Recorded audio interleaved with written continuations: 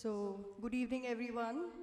Let me formally start the evening. I think Nimat's already had a head start, but let me do the formal honors.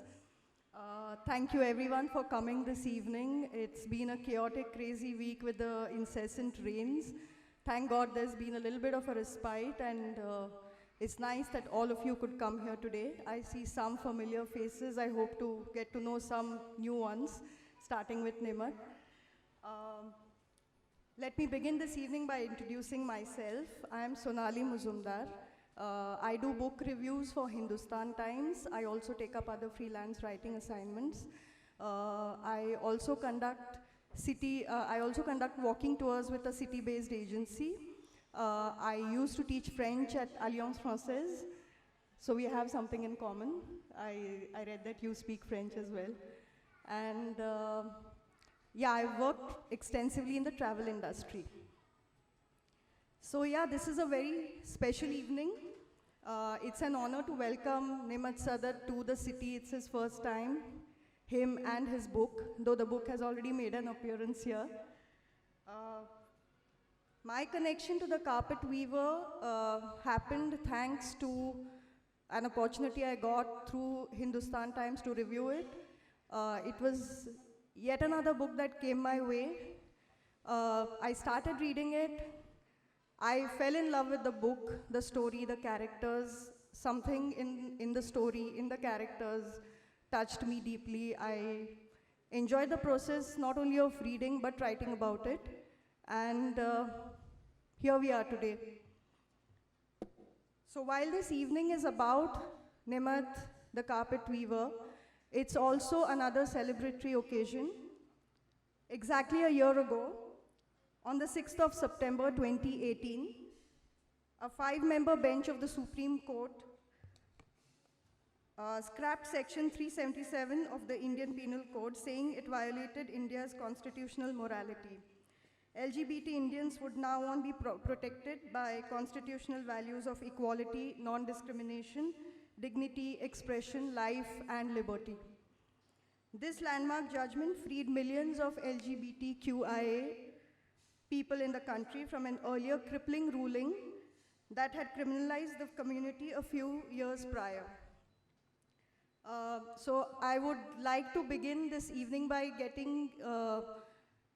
introducing Nimat a little more.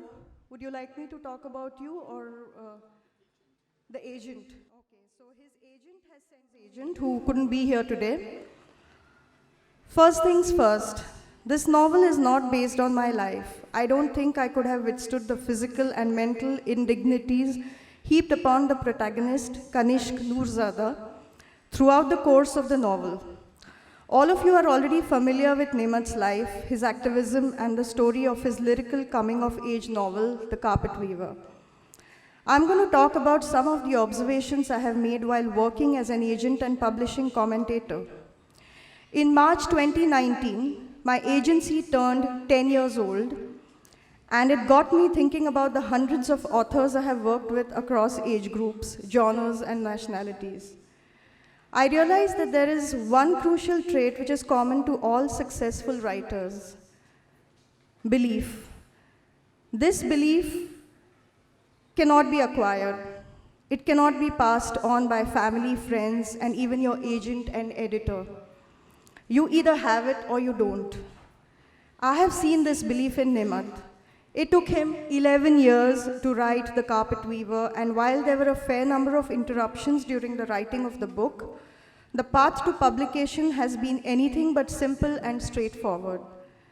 The novel was rejected by 450 US agents. This was a shocking number to me as well. Despite being a well-written and well-crafted story, despite Nimat's numerous trips to writing and pitch conferences, despite an enviable and hard-earned degree in creative writing from Oxford, where the Man Booker shortlisted author Daisy Johnson and Sarwat Hassan were amongst his batchmates. Ultimately, the novel found a home in Penguin, India, and here we are gathered to celebrate its publication. Before I end, I would like to talk about the role that Indian publishing is playing in promoting in promoting writings from other regions of the subcontinent and other underrepresented regions. Every year, Indian publishers bring out several books knowing very well that it's difficult to even supply books to these regions.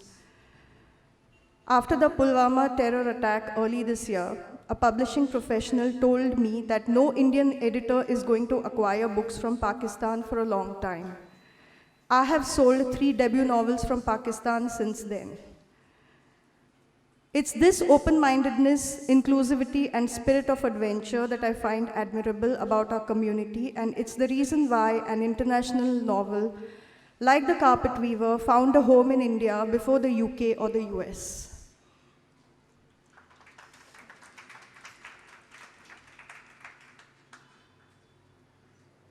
So, yeah, that was intense, but I think what we are both going to learn some more is taking that intensity to another level, and that's what Nimat's done with his life so far.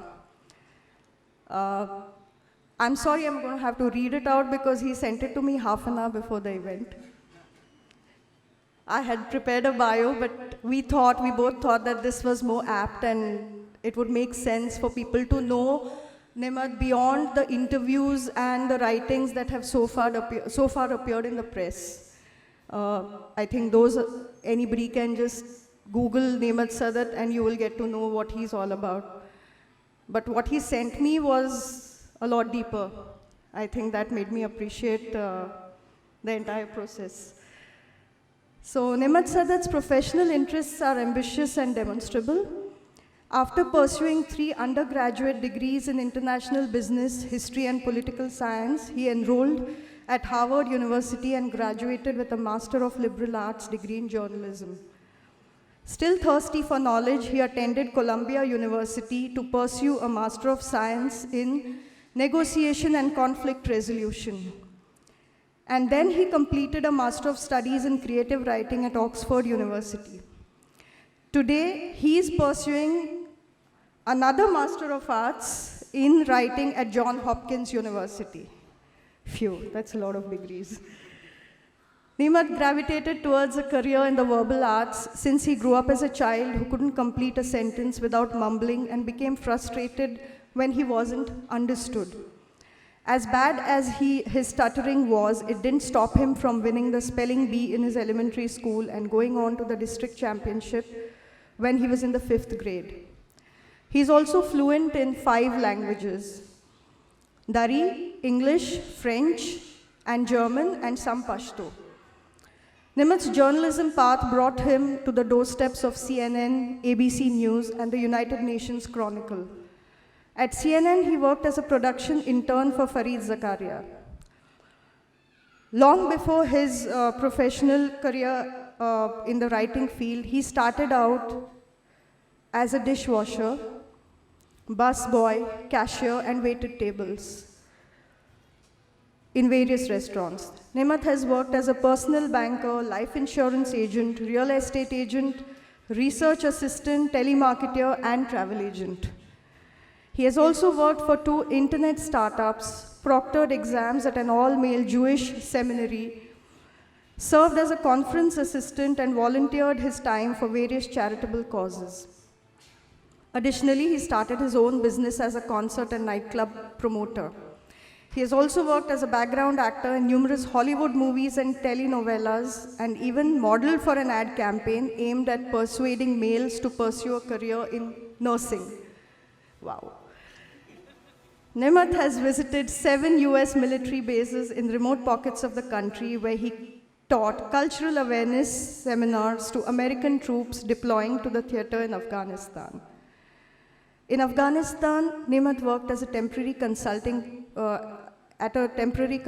position at the Canadian International Development Agency in Kabul, and eventually attained a post as Assistant Professor of Political Science at American University of Afghanistan. He now dedicates his time to promoting The Carpet Weaver and working on his 2nd novel. So yeah, that's Nimat Sadat for you. Uh, so we will start this evening with Nimat reading to us. That's what you're going to do next. An open letter that he submitted to the Curious Reader. The Curious Reader is an online portal devoted to literature and literary pursuits. After that, we will have a panel discussion. We have some esteemed panelists who are sitting here right now. Followed by a question and answer session, and we will round up the evening with a lucky draw. Some of you will go home with t-shirts, the carpet weaver t-shirts, and I don't know, other stuff. Yeah. Some sweets, yeah. And yeah, we'll probably end up with cupcakes. Yeah? So, yeah, the stage is yours. So our partner here in sponsoring this event is the Curious Reader. They're a literary magazine. So today they publish an open letter by me, which is going to be the subject of my speech for tonight. And the title is basically why I call India home. As early as 7, I knew deep within me that I was born to create an inspiring legacy. I can't pinpoint whether it was neglect or nurture or a combination of the two that made me feel this way. This premonition for achieving greatness in my lifetime could have also been born out of my desire to prove to myself, my relatives, and the rest of society that why my life mattered, and that I was worthy of love.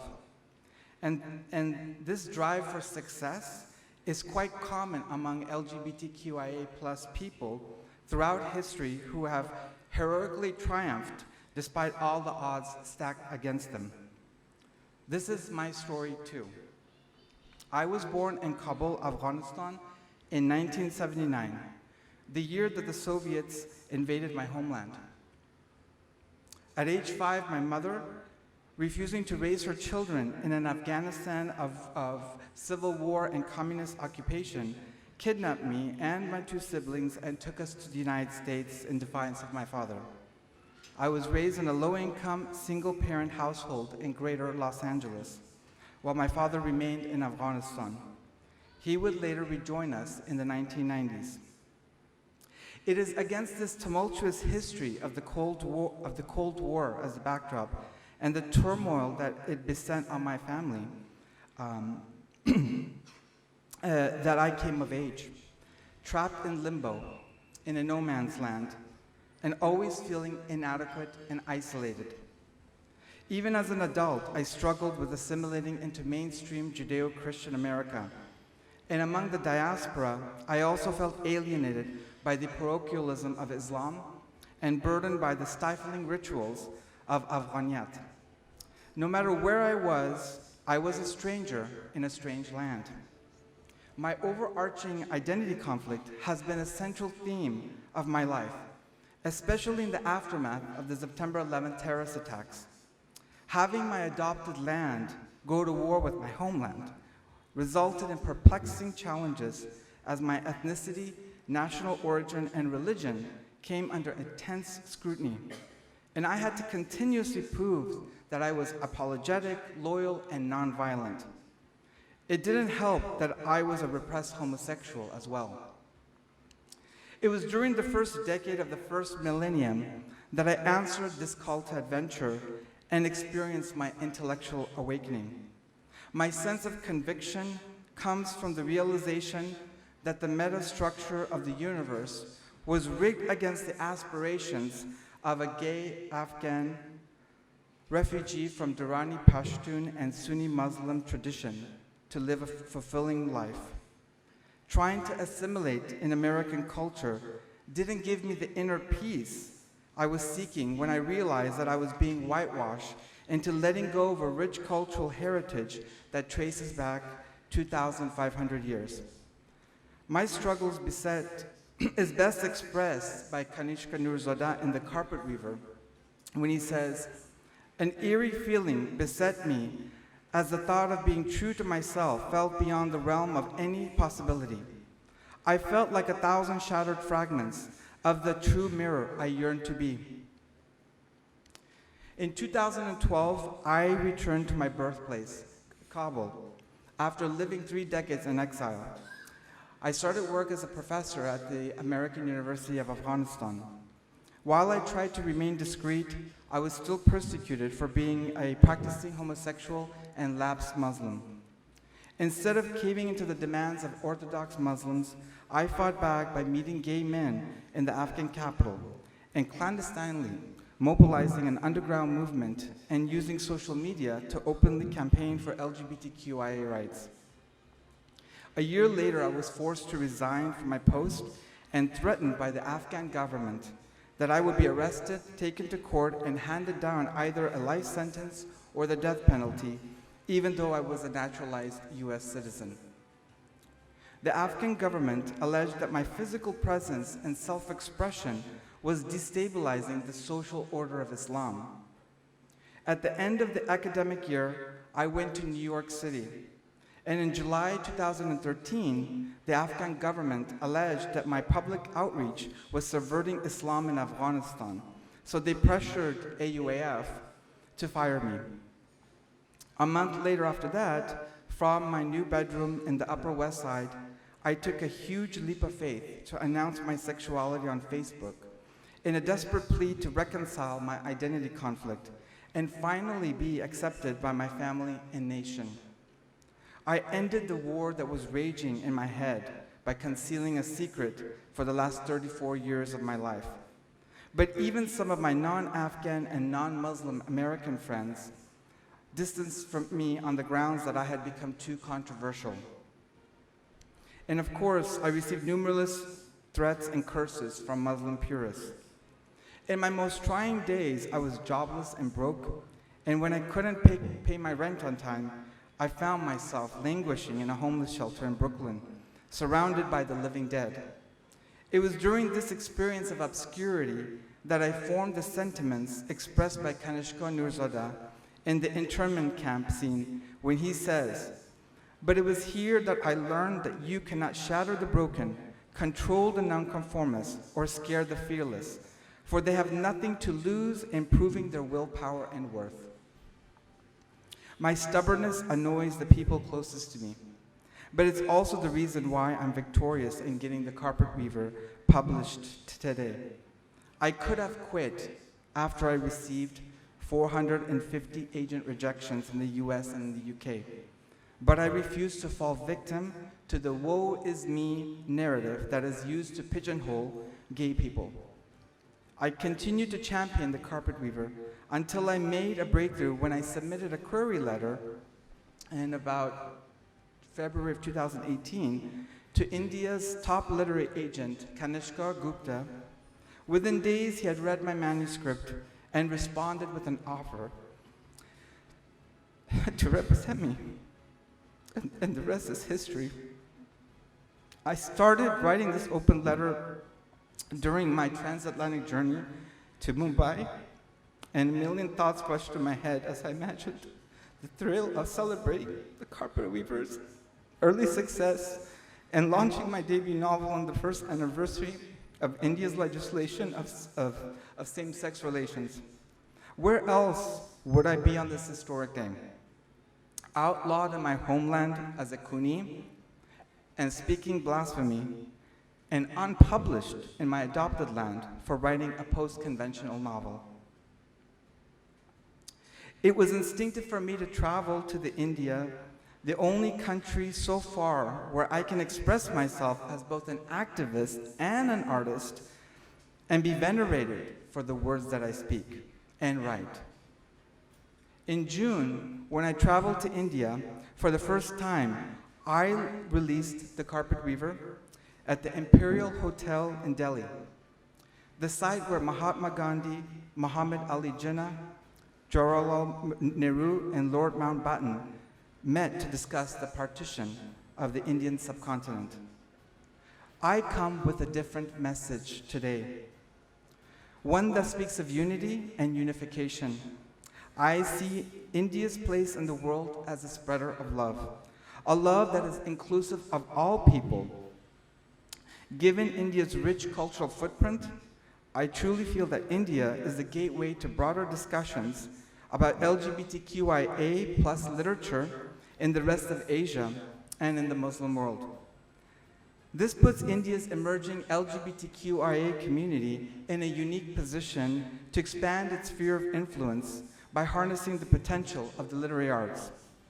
For there is no greater force in changing the world than the power of good storytelling that breaks boundaries and challenges preconceptions and prejudices. The question is, how do you create a space for opening up conversations about homosexuality in countries that are still hostile to narrators like Kanishka Nurzada and other lead characters who transgress society's rules and upturn the status quo? By allowing the voices of queer campaigners fighting for equal rights to be heard and letting subversive literature like mine be published, India has demonstrated that it is honoring its commitment to democratic principles and ideals. I am comfortable in my own skin and feel whole in this land of love. This is why I call India home. And I'm forever grateful to my Indian readers and everyone else who has treated me like a crown jewel.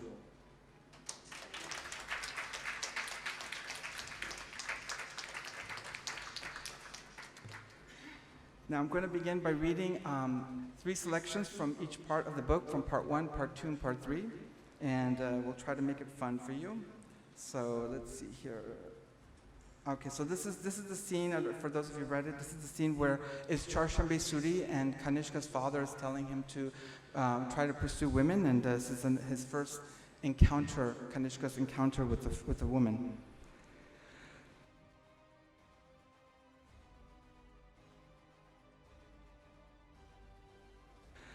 A minute or so later, I found Lamba, nestled in a bush amid a circle of ash trees close to the mausoleum of Emir Abdurrahman Khan. It was the exact spot that my hand and I had made our own, a place where we dawdled many lazy autumn afternoons, doodling and reading to each other. I could see the breath exhaling from my mouth in the light from the park's few remaining campfires, and the greenish Spinzar Hotel across the street where I had my 16th birthday party.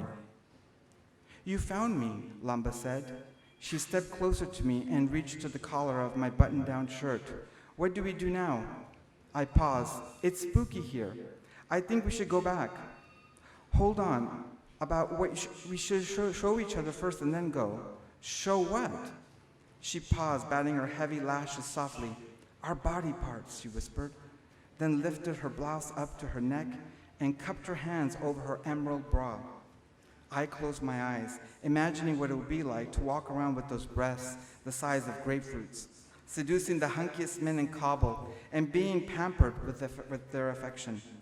I took off my serape sweater as Lamba pushed her breasts together, sandwiching her tourmaline pendant between her cleavage. Then she pulled down her brocade skirt, followed by her knickers, and to reveal her waxed womanhood. She gestured to me to do the same. I hesitated briefly, but then felt sure this was exactly what Baba had wanted me to do. So I unzipped my blue jeans and pulled out my flaccid penis. Looking back, I suppose the darkness emboldened me. My senses heightened, I grew a semi-erection as Lamba crept closer. When I reached down and pressed my fingers to her crotch, I felt her moistness. I don't know what I expected. Perchance that the feelings that were supposed to come naturally to all men would come to me too. But touching her, it didn't feel right or natural to me. I wanted to vomit. "Kiss me," Lamba breathed into my neck. I ignored her request, running my hands through her soft hair to distract her. "Want to stick it inside me?" she asked. "You want me to do what?" She nodded. I don't have any condoms." "But I do." She fisted around in her jacket pocket, which made a rustling sound as she pulled one out. I was caught off guard. I was a virgin, while Lamba carried protection. Using her teeth, she tore the wrapper, pulled out of the wrapper, and fondled the shaft on my penis. "Get it hard. What's wrong with you? Why is it not getting up?" "I don't know," I said. I pulled away. She grabbed my hand and guided my fingers inside her. She moaned, moving my hand in and out, and I could feel her getting wetter until she let go with the final release. Did you orgasm, I asked. She purred. Really, I asked. You are so talented. I feel so good. Don't you want to? I do, I interrupted. I suddenly proud that I could be of use to the opposite sex. Maybe Baba was right. If I tried hard enough, I could develop affection for girls. Perhaps if I did this, then I'd want nothing else. I leaned Lamba up against a tree, and she began fondling me. I closed my eyes, but all I could feel was the cold, and I started to worry about frostbite. I opened my eyes and examined her naked. I gave her a smile, praying that a stimulating erection would rescue me from this situation. Alone in my room, masturbating and thinking of Maihan, I would be in heaven, but now everything was just blocked. Guilt settled in. I felt inadequate and ugly. All of this seemed inappropriate and so wrong.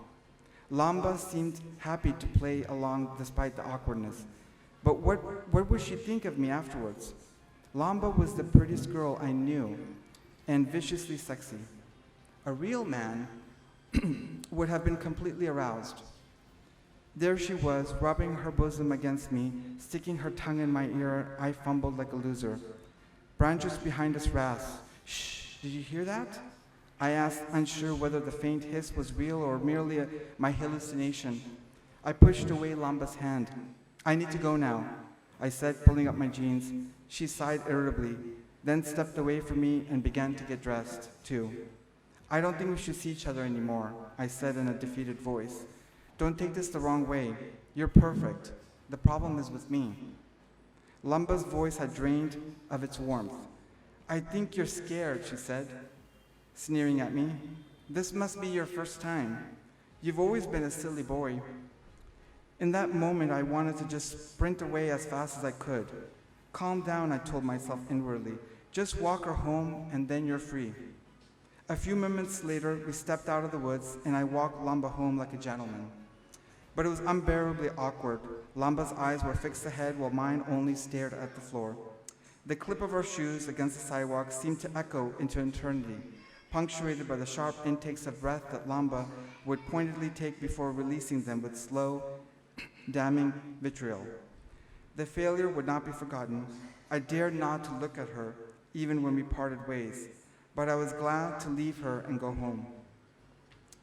So that's that. And there's a last section of that part I want to read. I ought to pray to Allah to change me. Perhaps one day I could wake up and miraculously be attracted to women, like my Baba, my uncles, and other men I knew. It was even possible that I would grow up to become the idealized man and an example for all Muslims, like the Prophet Muhammad. To do that, I would have to love women so passionately that I'd be forced to have 4 wives all at once. So we'll leave it there for that chapter. Thank you. And in case you're curious why I created the character of Lamba, it's, there's a stereotype that's been created about Afghan women as just being very prude and very modest, and they're always the victim. And I wanted to show that no, there's women out there. Lamba and also Rostam represent the sexual loopholes of Afghanistan, the part that you don't see. And this stuff goes on here too. It's like an iceberg. Asian culture, I call it an iceberg because from the outside, people only see the top 10%. The 90% you have to be in the culture.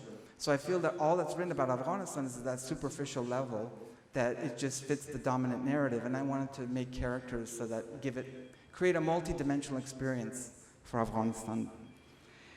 All right, so the next one's from part 2. This is the scene. It's the locker room scene when Kanishka and Maihan are having their kiss and they're being caught. They're caught by their classmates.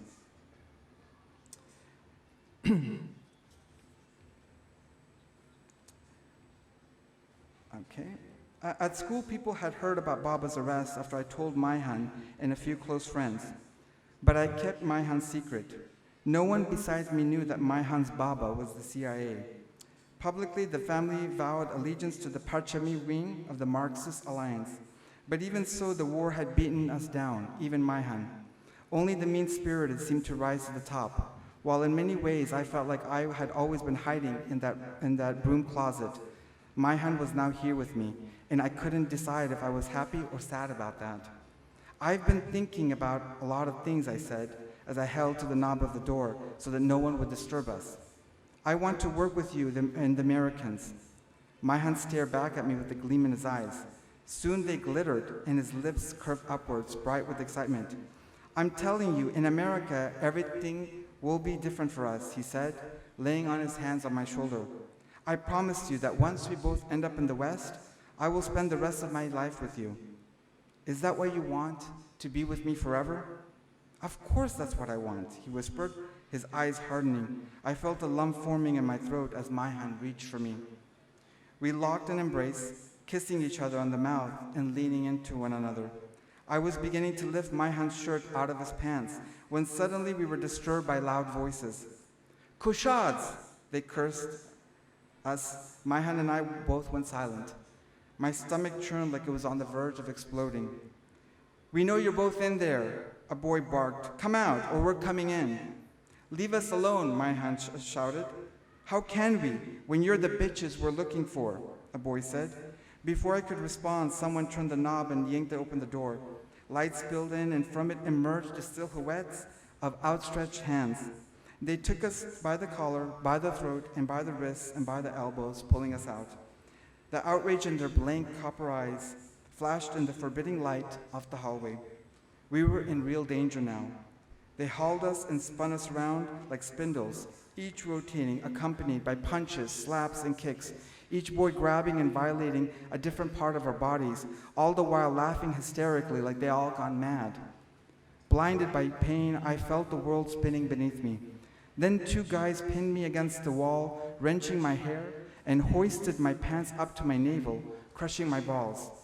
They kicked Maihan until he slipped over and tumbled to the ground. The attack grew into a roaring spectacle as the entire class of boys chimed in. This was a circus, and Maihan and I were their entertainment. Why was there no one to stand up for us? If Faiz had been there, surely he would have done something for us to fend them off.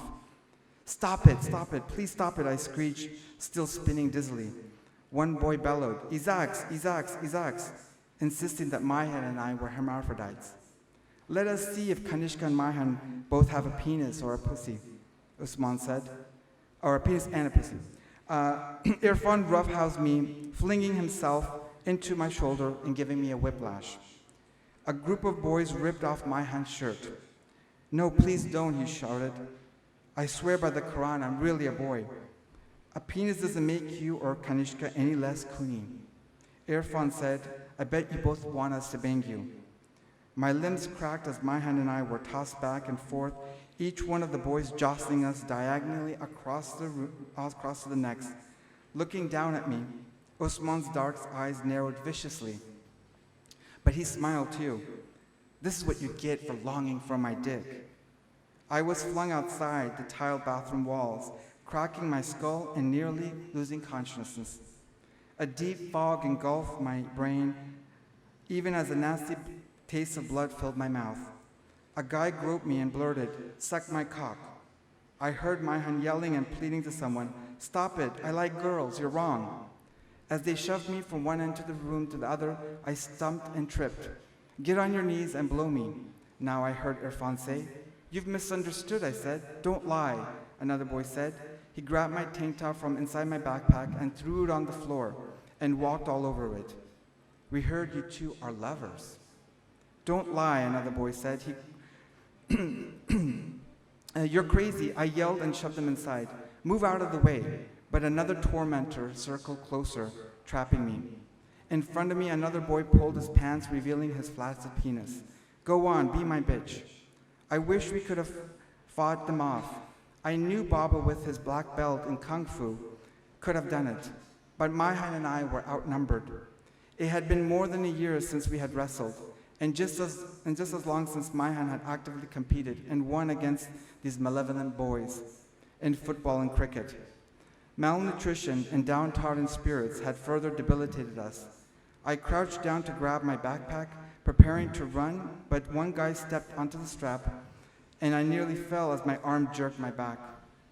Warm piss sprayed against my face and streamed down to my neck.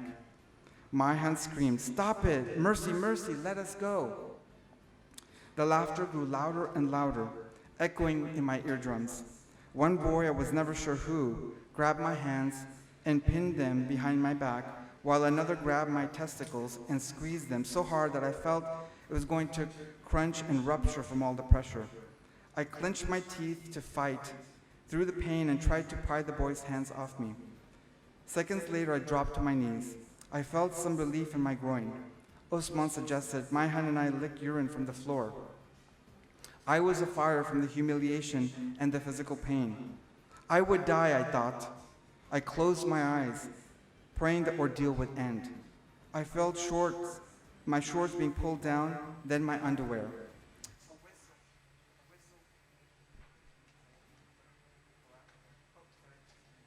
Thank you. A whistle screeched, and the hectoring came to an immediate stop. Feet shuffled as everyone scattered away from me. Mayhan and I pulled up our shorts as Vadim Agha, our physical education teacher, arrived at the back of the locker room. "What's going on here? You're all late," he yelled. "I've been waiting for you in the gymnasium. And why does it reek like urine?" "It was Kanishka and Mayhan," Irfan said. "It's all their fault. Look at them." "I don't want to hear anything," Vadim Agha said. "Everyone onto the field now."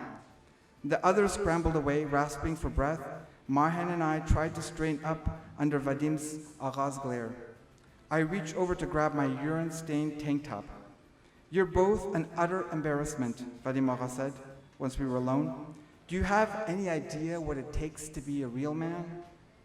Vadim Agha's bluntness brought all my buried feelings to the surface. Maybe he was right. Uncontrollable tears flooded my eyes. I said, "It's not our fault. We didn't do anything wrong. They attacked us. You have 3 minutes to clean up and get out of here." Vadim Agha warned, "This better not happen again. If you fail in sports, we'll hold you back a year." I nodded, grabbed the strap of my backpack, and slung it over my shoulders. As Mayhan and I walked past Vadim Agha, he said, "Wait a minute. What's that on your back?" He pulled off a note stuck on the flap of my rucksack. Flashing the note at us, he asked, "Who wrote this?" I scanned the note. It read, "I love how Vadim fills up my tight asshole." Anger filled Vadim Agha's flinty eyes. Whoever wrote this is in serious trouble. I looked at him in earnest, saying, "I hope things are clear now." "That's enough," Vadim Agha said. "One more mishap from one of your boys and we'll notify your parents." "No, please don't," Mayhan pleaded. "We're the victims. What should we do?" I asked. "Stay away from each other and stop being a distraction," Vadim Agha said. "Now get yourself together and get out on the field." So we'll stop there for that section, part 2.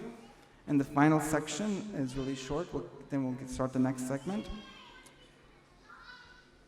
So this is the segment that, from part 3 when Kanishka comes out. So there's a lot of coming out scenes here. And so I'm going to start from there. A few nights later, this is actually in California. A few nights later, Mother made us a korma chalao. Banafsha finished washing the dishes, and I dried off the plates and silverware. Mother was watching her favorite game show, Wheel of Fortune. This Wheel of Fortune will beam to the Eastern Bloc and corrupt the Soviets and dismantle communism for good, she said, eyes pinned on the screen with transfixed attention. Mother also reveled in watching the lifestyles of the rich and famous. Seeing Mother talk ideologically, even in jest, surprised me, since she had always shied away from talking about politics. I could only imagine that now, far away from home and in Baba's absence, she might see the world from a different lens. With Mother distracted by the television, Banafsha leaned over as we stood at the sink, whispering into my ear, "When the show is done, are you ready to have our talk?" My heart began to beat furiously, and my mouth went a little dry. "Okay," I said, swallowing hard. "First, let me make some tea." With slightly trembling hands, I served Mother and Banafsha some green tea and candied almonds as we gathered in the living room. Mother turned down the volume on the television, her eyes flicking between Banafsha and me with a mixture of curiosity and irritation. "What's going on?" she said. "Mother, I have something to tell you," I said in a flat tone. I felt like I had walked into a vast minefield. and my mind flashed to our escape from Hafbala. I shook my hands as if to push the thought away and focus. Despite Banasha's reassurance, the fear of being disowned terrified me. For a split second, I pictured Madar screaming as she kicked me out of the house. Banasha sat comfortably next to Madar and held out her hand. "What's going on here?" she repeated. "You guys are worrying me."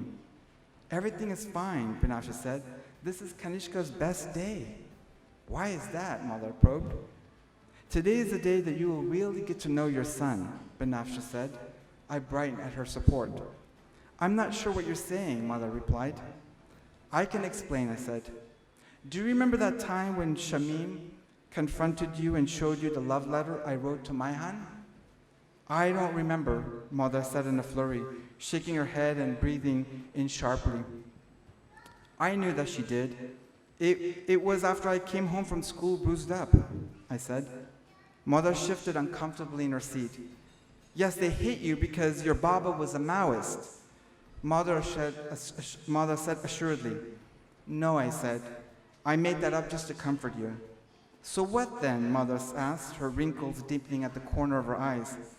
"The boys caught me and Maihan hiding in the closet." "What were you doing in the closet?" Madar said, glaring icily at me. "We were doing what lovers do," I said. "You're lying," Madar replied, pursing her brittle lips in agony. "We were both nearly killed," I said. "Would I risk my life if it weren't true?" "Your mind has been contaminated," Madar said, with the gloss of disgust enameled on her tight face. Melancholy pent up inside of me as Madar continued to chide me. "This is not being a good Muslim. Only those who marry a woman and procreate children and follow the way of Prophet Muhammad are deemed real men in the eyes of Allah." It stung me so much I could barely hear the words anymore. I shouted, "No, I am a real man, and I was born to love men. There is nothing you or Allah can do to change that." "Betarbiyah," Madar scolded me. "How dare you raise your voice?" "Then listen to me." "I will not," she screamed, cutting me off. "This is against Islam. You'll go to hell for this." "I doubt any hell could be worse than Hafbala," I said with conviction. "I cannot listen to you," Madar said as the veins on her forehead pulsated hard. "Islam," I scoffed. "Why always Islam? Why can't we make a paradise for ourselves here? Why must you waste your time to live in an afterlife that doesn't exist?" Madar trembled, but whether with fear or rage, I couldn't discern. "I don't believe you," she hissed. "I don't believe any of this. You were made for a woman." "It's true, Madar," Banafsha said quickly. "Please listen to him. Listen to who he is." "You stay out of it," Madar snapped at Banafsha. I have a right to my own mind," Banafsha said. "In America, we are all equal." Madar turned back on me. "I see you have been influencing your sister, too." I parted my lips to say something in my defense and for Banafsha, but all the words died beneath the look of disgust which Madar regarded with me at that moment. Banafsha squeezed Madar's arm, her eyes fearful at her earthquakes destroying her family. "Please, Madar, tell Kanishka you love him." Madar just sat there, her lips pursed, staring into her lap. She shook her head. Banafsha nudged Madar. "Say something. It's very difficult to hear what you're saying." Madar finally uttered, "I hope that you wouldn't be this way." She reached over and hugged me, and my head fell into her arms. I sobbed, remembering all the difficulties I had overcome to get here. This was harder for me than all that I experienced before. Madar lifted up my head and kissed me. "I love you, Kanishka. You will always be my son no matter what." "Do you accept me?" I asked in my boy-like voice, looking up to her eyes. "I cannot accept this path for you." I was silent for a few seconds. "I understand," I said finally, bowing my head a little. A few seconds passed. Oh, thank you. Thank you so much. Sorry about that. A few seconds passed, and I strained myself again, wiping the tears from my cheeks, hoping she wouldn't see. I continued, and this is why I want to move to New York. It's the only way I can live my life in peace with no one else to bother me about it. New York? A look of fear settled in Mother's eyes. No one is moving anywhere, she said, and stood up from the chair quickly, smoothing down her front. I've heard enough tonight. None of you are leaving, and neither of you will upset your mother like this again. I'm going to bed. As her footsteps faded away, Banasha smiled at me weakly. Are you okay? I didn't know how to answer this. I smiled. I said, I think so. In my bedroom later that night, with the lights dimmed, I remained wide awake in bed, strained by the thought that I had stripped Mada of all her dignity. I went back to bed feeling damaged for breaking Mada. I was supposed to feel better, to feel free, but here in my bed, in my promised land of America, I felt unresolved, crawling back into the closet I had just tiptoed out of, just for Mada to save face. I felt disoriented by the TV's mumbling white noise that seeped into my bedroom. I went to the living room to find Mada in the dark, on the sofa, curled up with a shawl that she had crocheted herself. The shifting iridescent shadows from the TV that flashed across her voice. I rubbed Mother's hand. You should go to bed, I said. I'm comfortable here, she muttered, half awake. After living under martial law in Afghanistan and then in an open-air prison in Pakistan, I thought I would break the chains that separated me from the good life. I guess my life had been one never-ending string of self-deception. Thank you.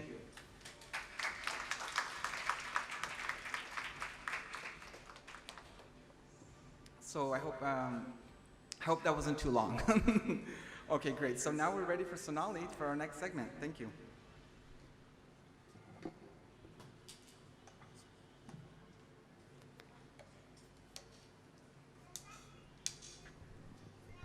Thank you, Naimat. That was dark, moving, like the rest of the book.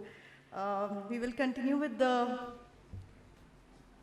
rest of the evening. The next segment is a panel discussion, for which I'd like to invite the lovely Maur Basu on stage.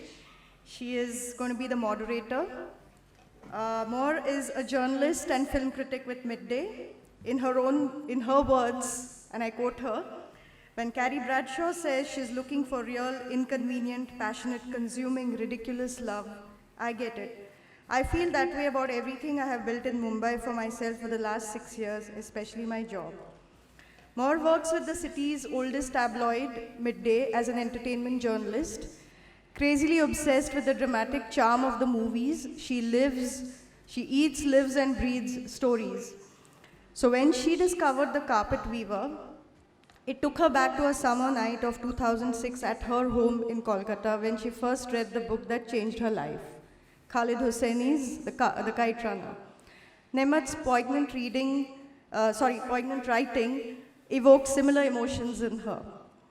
She surrendered to his world, joining in his tryst to find beauty and hope in a world that is hell-bent on settling for being mundane.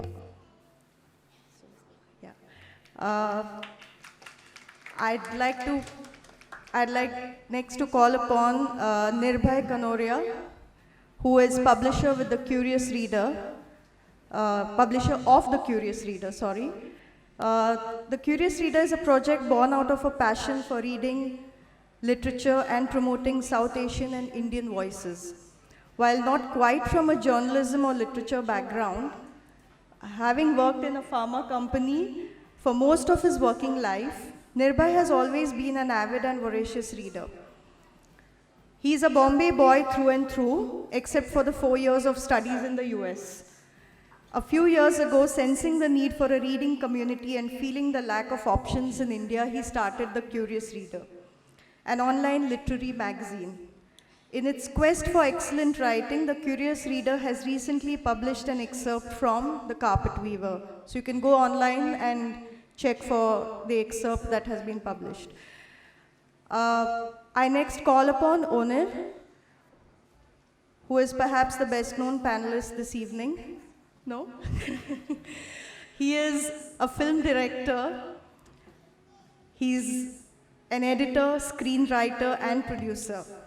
Best known for his beautiful 2005 film My Brother Nikhil, based on the life of AIDS activist Dominic D'Souza, starring Juhi Chawla and Sanjay Suri. He won the National Award for the Best Hindi Film for I Am in 2011. I Am is also considered as one of the first and largest crowd-funded and crowd-sourced films through social network in India. Another sensitive film from Onir, it dealt with single motherhood, child sexual abuse, displacement, and LGBT rights. He recently won the Diversity Award in 2019 at the Indian Film Festival of Melbourne. So, ladies and gentlemen, this is the panelist for the evening, and yeah. Good evening, everyone. I'm so glad all of you could make it, and I'll start with something very interesting. It was in the third corner over there where I first discovered this book. While talking to a friend of mine who is gay, and I remember giving him a call and saying that, hey, listen, I found something that you will be completely in love with. And he's like, what is this? And I'm like, there's this book which I found and it's beautiful. At that time, I didn't know him.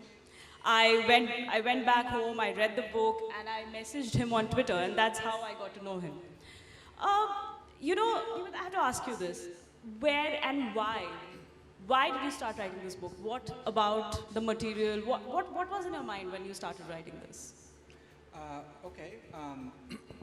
As I say in the acknowledgement section, I started it after the day that Barack Obama won the Democratic nomination for the Democratic Party in the primary election against Hillary Clinton. So I thought that, you know, if a biracial black man, given the history of slavery in the United States, can become, you know, the presidential candidate for a major party in the United States, then why can I not write a novel? And because for years I had this novel built up inside me, and you know, I did see, like, you know, people like Khaled Hosseini who made such a big impact in the literary community, and just reading books throughout history, like Charles Dickens and the books he wrote about, like, child labor and how it changed labor rights. I felt like if I wanted to be a voice for LGBTQ people, LGBTQIA people, like, I needed to write this novel. Like, I knew that. But really in the beginning, it was more me dealing with my own internal turmoil. So I was doing it because I experienced a string of unrequited love, which actually continues to this day. So, and I think that's, and then that was the first moment that I really, like, left Southern California where I lived, and I was actually in Boston at the time. It was right in between, it was June of 2008, so my class semester had just finished, and I really wanted to take this summer class at Harvard Summer School, but you needed to, it was an advanced novel writing course, and I needed to submit like 50 pages, really good work, and I had no idea how to write fiction. So I just scrambled away, and I just, you know, in 1 month, I wrote like 40,000 words, and I submitted to the instructor, and he basically accepted me in. And I think it was just the first moment that I really separated. It's kind of crazy. I say I left California because I was so repressed there, but it was because I was among the diaspora community. I always had, like, my family, my relatives, and all of the baggage. But this was the moment that I was away, and I felt that even though I should be liberated, but I was still in a very dark place, very alone and self-reflecting, and I felt like I needed to start writing. And then it became, once I went back to Afghanistan in 2013, and then 2012, and then I came out, and I basically emerged as this leader for LGBT people in Afghanistan and Muslim communities everywhere where they don't have a voice or criminalized to death. I felt like this is a bigger calling than me. So then it took on a different thing. It wasn't just me, my personal story. You know, I think we can all say this at the moment. You know, a year after 377 has been scrapped out, we can always talk about this now. But say 10 years ago to write a story with a homosexual character at the core of it would have been very difficult. Honor, you did this like many, many years ago, way before the law was even scrapped. What was your biggest challenge at that time? I think in 2004, when we actually started shooting, my brother Nikhil, the biggest challenge was, it was actually the fifth script I wrote, which accidentally became my first film, was to convince, which I failed, any of the studios or producers to finance the film. So it was ultimately friends and family who got together, actors who worked in the film just because they believed in the script, and crew who got together again for the belief. And what really surprised me is the amount of, and gave me strength, is actually the amount of support, from just people who were, around me, friends, colleagues from the industry, to make it happen. So that was one of the biggest challenges, to start it off. And the next part, which was even more difficult, is once the film was made, to release the film. Because I remember going to some big studios where, you would be sitting, that would be 10 people sitting and watching the film, and on the mobile, someone would say that, are you showing us the rushes? When I was showing them the edited film, and someone would say, is it a documentary? One point I remember walking out saying that I just refuse, and ultimately, of course, I was very lucky that Yashraj released the film, and that made a difference. But it took a long time, and it was very, very stressful. Did you face something similar about the lead character? Yeah? Lead character, in terms of being like... Yeah, basically, does a gay man at the center of the story sell? And how difficult is it to sell that? I was very concerned about having a very... This is very interesting for me, because I received two people who did not like this book. I mean, most of his reviews are 4s and 5s, but even this person that didn't enjoy it, they said that this is not an LGBTQ literature, because it talks about a lot of things like politics and things that that's not, it's beyond the scope of LGBT. And I actually get offended by that. I think everybody should be offended. It's basically, it limits, and basically saying that LGBTQI people can only be experts in matters of sex and sexuality.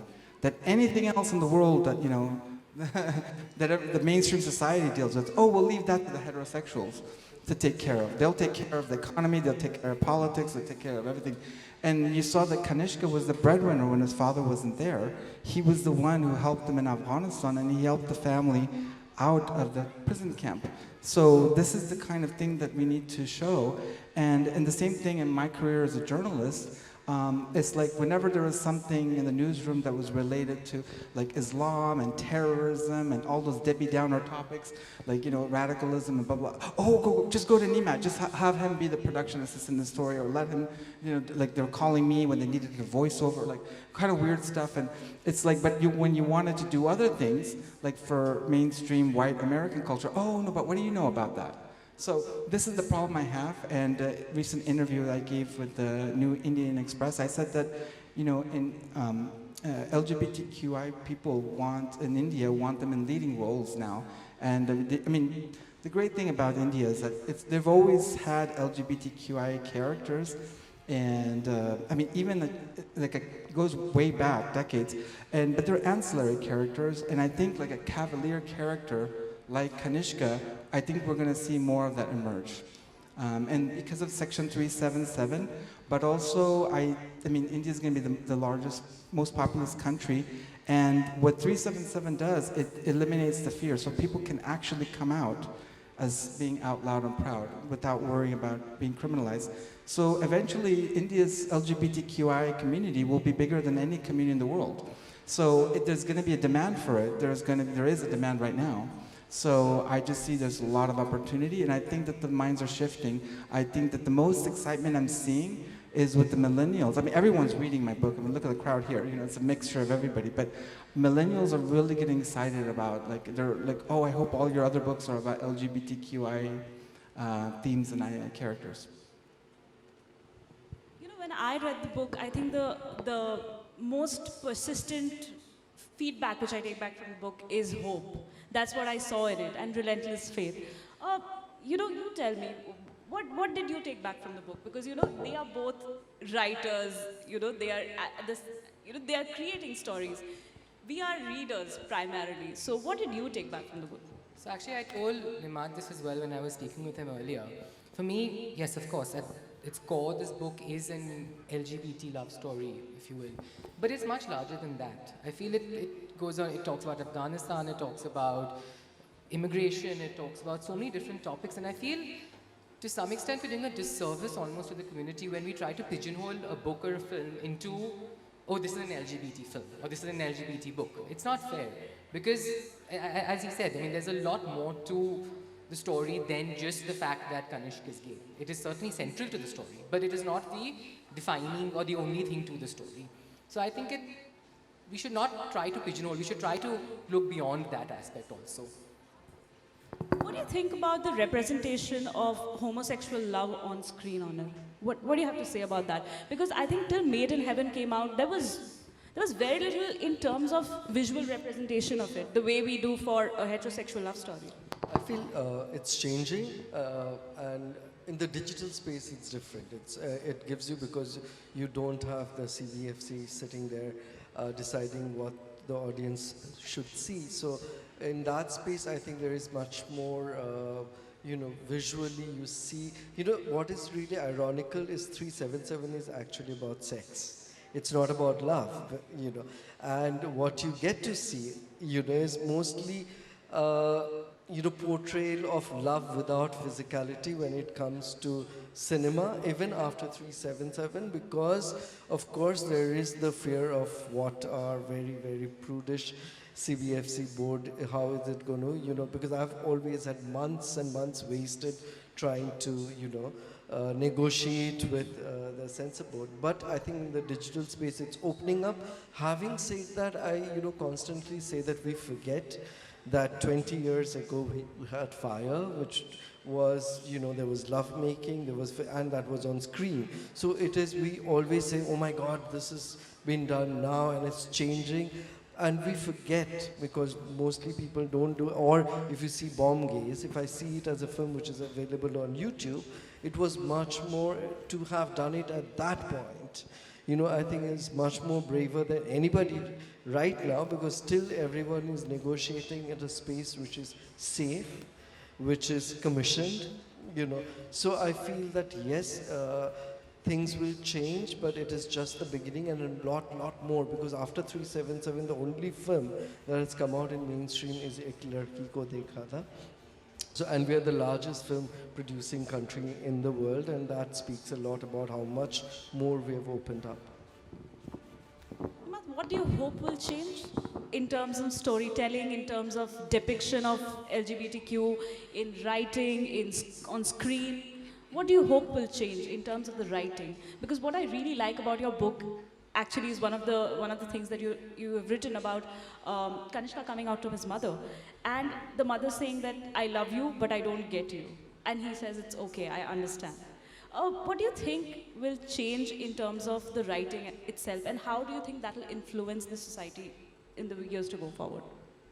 Yeah, I think that one of the reasons why I got so many rejections in the United States is because the writing that you talk about, I think Indian, Afghan, our part of the world, we have a very rich oral storytelling tradition too, and that's something that in the Anglo-American they're not very used to, So a lot of people were saying, why didn't you write this, why did you cast this as fiction? Why didn't you just write it as a memoir? And I'm like, well, I wasn't a carpet weaver. I didn't grow up in Afghanistan. I left when I was 8 months old. And I was not living in a refugee internment camp in Pakistan. So this is not my story. It's a fictional story. We share identities. We're both gay, we're both Afghan, we're both, refugees and ex-Muslim. But that's about it. And I think that what has happened is like, that the writing style that I have, that's what Indian writers are telling me that they love about. That the reason why, like, a lot of millennials are not reading, like literary fiction, they're reading commercial fiction. but they're coming to this book. Every day they're messaging me how much I love this book, and they're all talking about it. It's like, it's crazy. And the reason why is because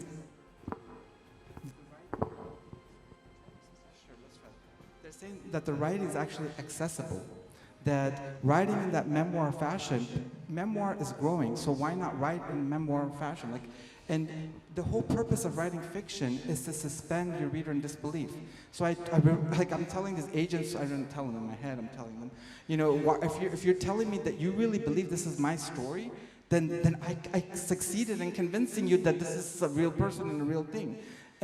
But they're stuck in their own ways, and they don't quite understand. And I think this is going to open the doors, you know, like I think there's, as you mentioned, this is cross-genre, crossover appeal.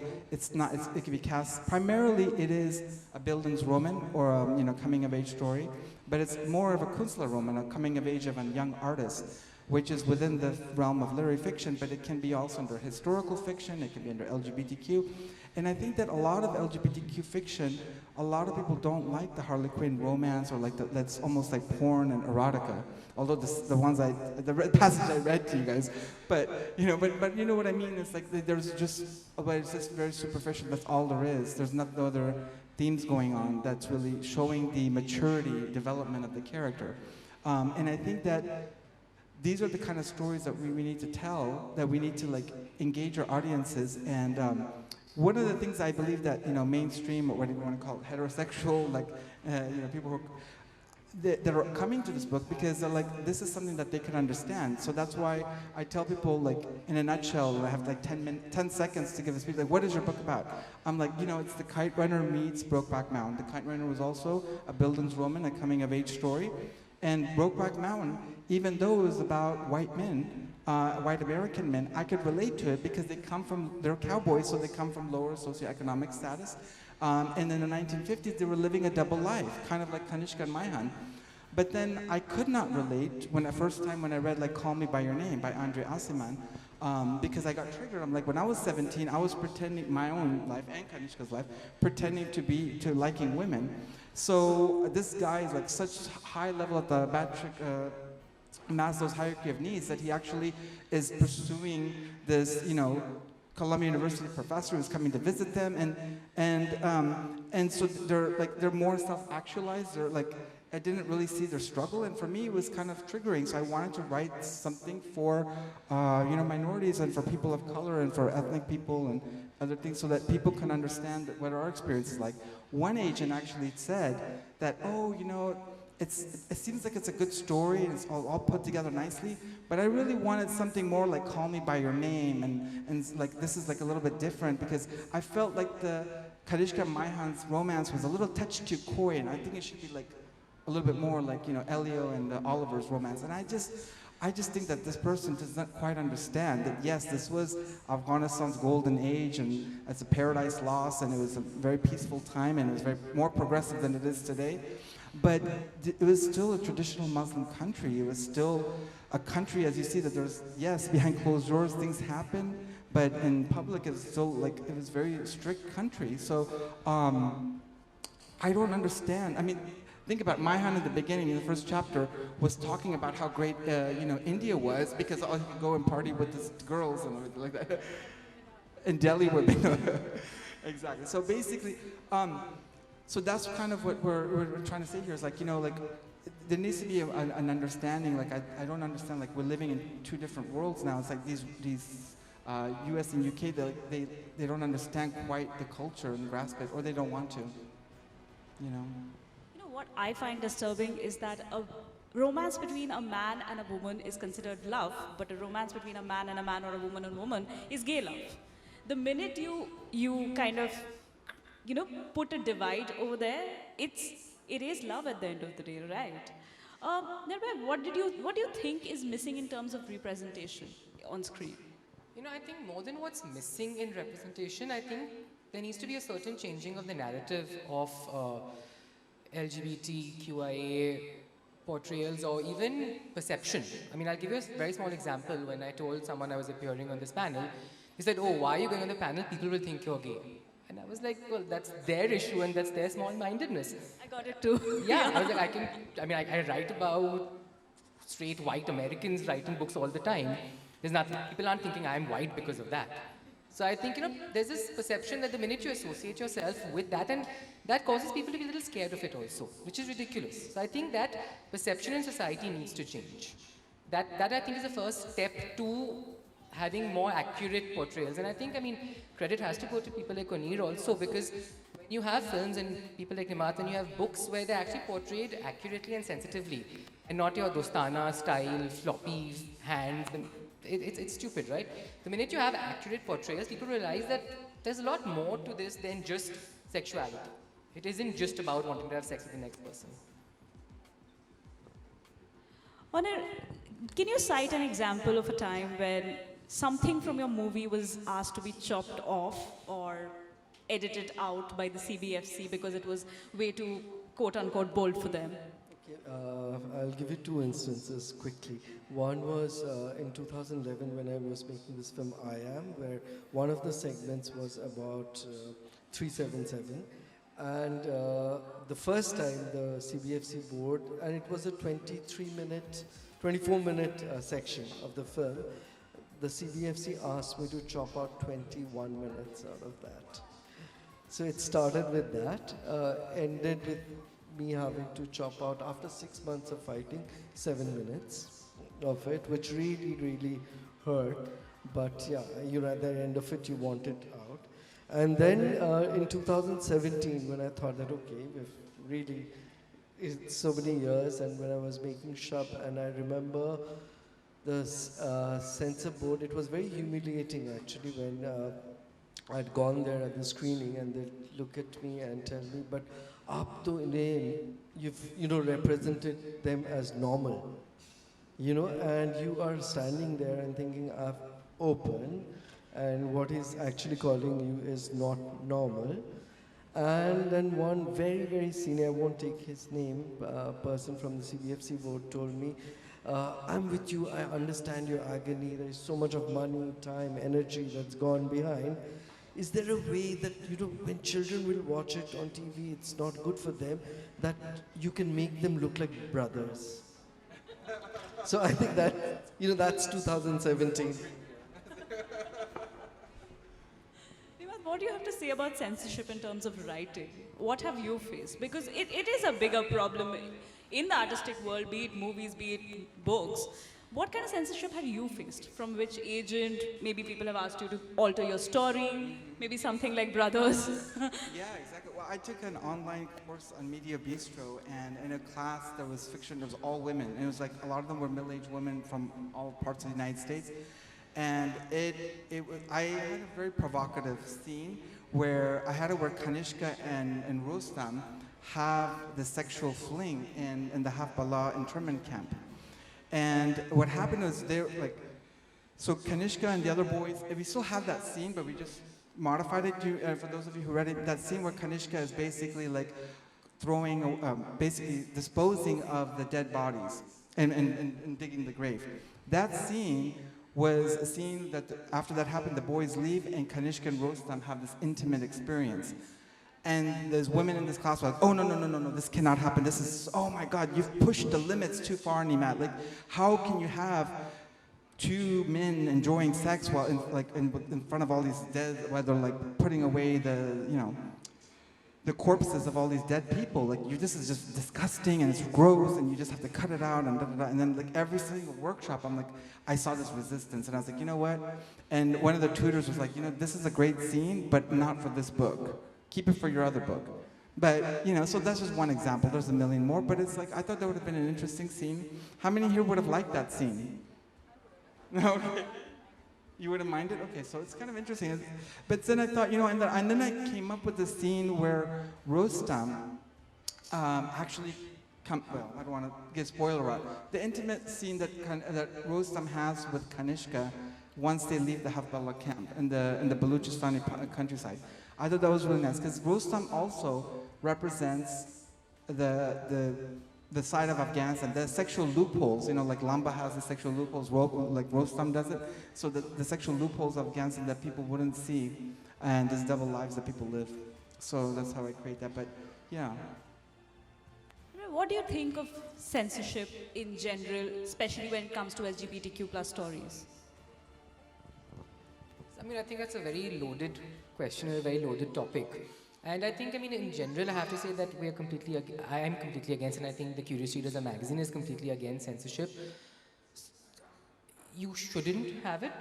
I can sometimes maybe understand where certain people come from. Certainly, you can get away with certain, if you don't have censorship, you can get away with misogynistic things, you can get away with things which stoke communal tensions, but at the same time, it's a fine line.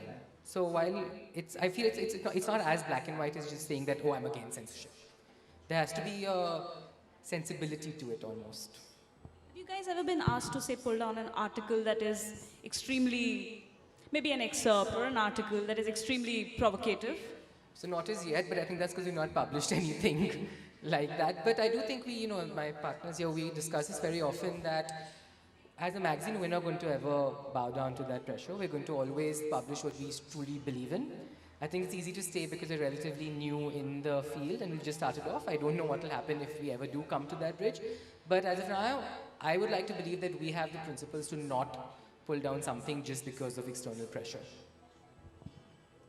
And what changes do you hope to see in the Indian storytelling as such, especially when it comes to such queer stories? Difficult question. I feel that in mainstream the problem is right now everything is about box office, and unfortunately, it's not only about how LGBTQI is portrayed. It's you have an Arjun Reddy, about how women are portrayed, how minorities are so we have stereotypes everywhere. So it would be wrong to say just that the LGBTQI, so whatever brings in money, until that, till we also recognize that cinema is not just entertainment, which is, there's nothing wrong with entertainment, but there needs to be all kinds of cinema until we make a space through distribution and through exhibition, also a space for other kinds of cinema, which is not only about entertainment, which is actually, I think we need to redefine entertainment, because why is something cerebral not entertaining? And that's constantly pushed that, oh my God, art is something terrible, So I feel we need to create that space, and unfortunately earlier we had bodies like NFDC promoting non-mainstream cinema, let me put it as that, but right now even that is not really happening. So it's a country where cinema is not under art and culture, it's under information and broadcasting. So until we recognize that cinema is also a form of art, I think that should be the first step. Don't we say that the content space is booming, we're pushing boundaries, we're making the new kind of content all the time, then why do you feel that, there's still a gap? Quickly, I will, because I want to talk more about your...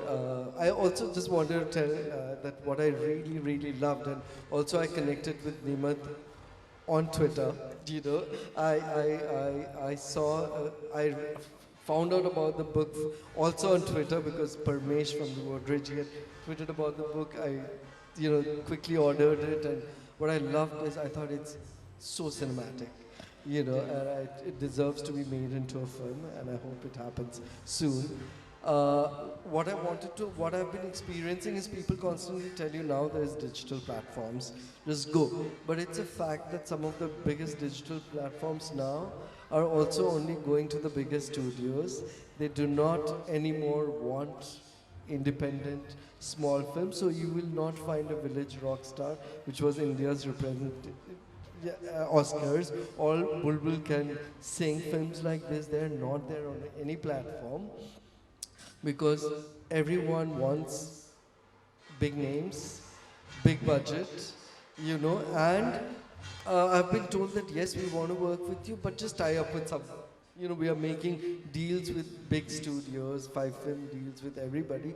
So it's again, unfortunately, the minute it comes to India, Netflix or whatever does not no longer want to be a space for independent cinema, nurture that, but suddenly big and numbers, because again we are huge in terms of numbers, that becomes the driving force, and that's a challenge. And you know, every time you think something, like when multiplexes came in, you thought, wow, now independent cinema will get space, and very soon you realize, oh my god, you're wiped off because of ticket pricing, because of, you know, exhibition.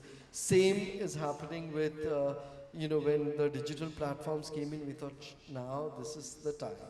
You know, so I know, yes, there is a demand for content, but content which also has now suddenly, it's like, okay, you need stars, but another set of stars.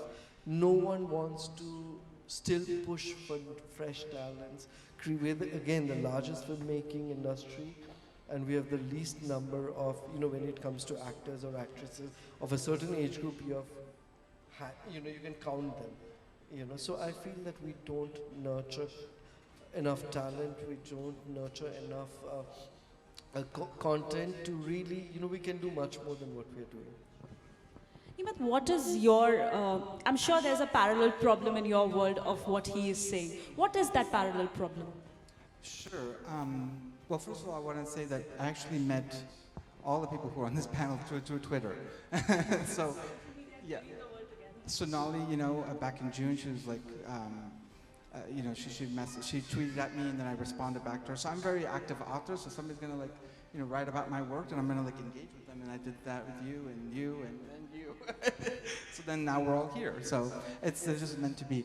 But yeah, so if you can maybe specify the question again. So like, more he's defined. talking about his problems with storytelling in his world. Yeah. What are the parallels of these problems in your world, in the literary world, in you know, in the writing world? What's the parallel of this problem? Okay, let me think about that. The parallel of the problem. I think I kind of answered that already. I think this is another problem. Like we were talking earlier, I don't want, like, this is another criticism that I've received. Is like Indians love complexity in story. As long as the writing is lucid and then and the structure and the storytelling, Indians like complexity.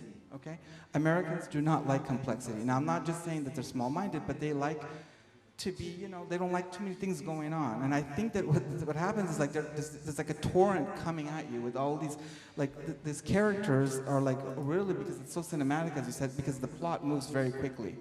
And so I think that there's a certain thing that people are accustomed to, and I think people, and it's not Nine's novel is not, it's a very old-fashioned way of storytelling. It's not experimental, but somehow people feel like, oh my God, I've never read something like this before.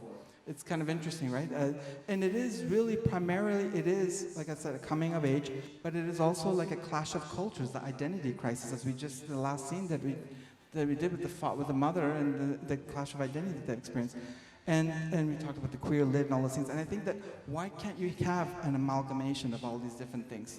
As long as it's, you know, you do a good job in execution, it should be fine.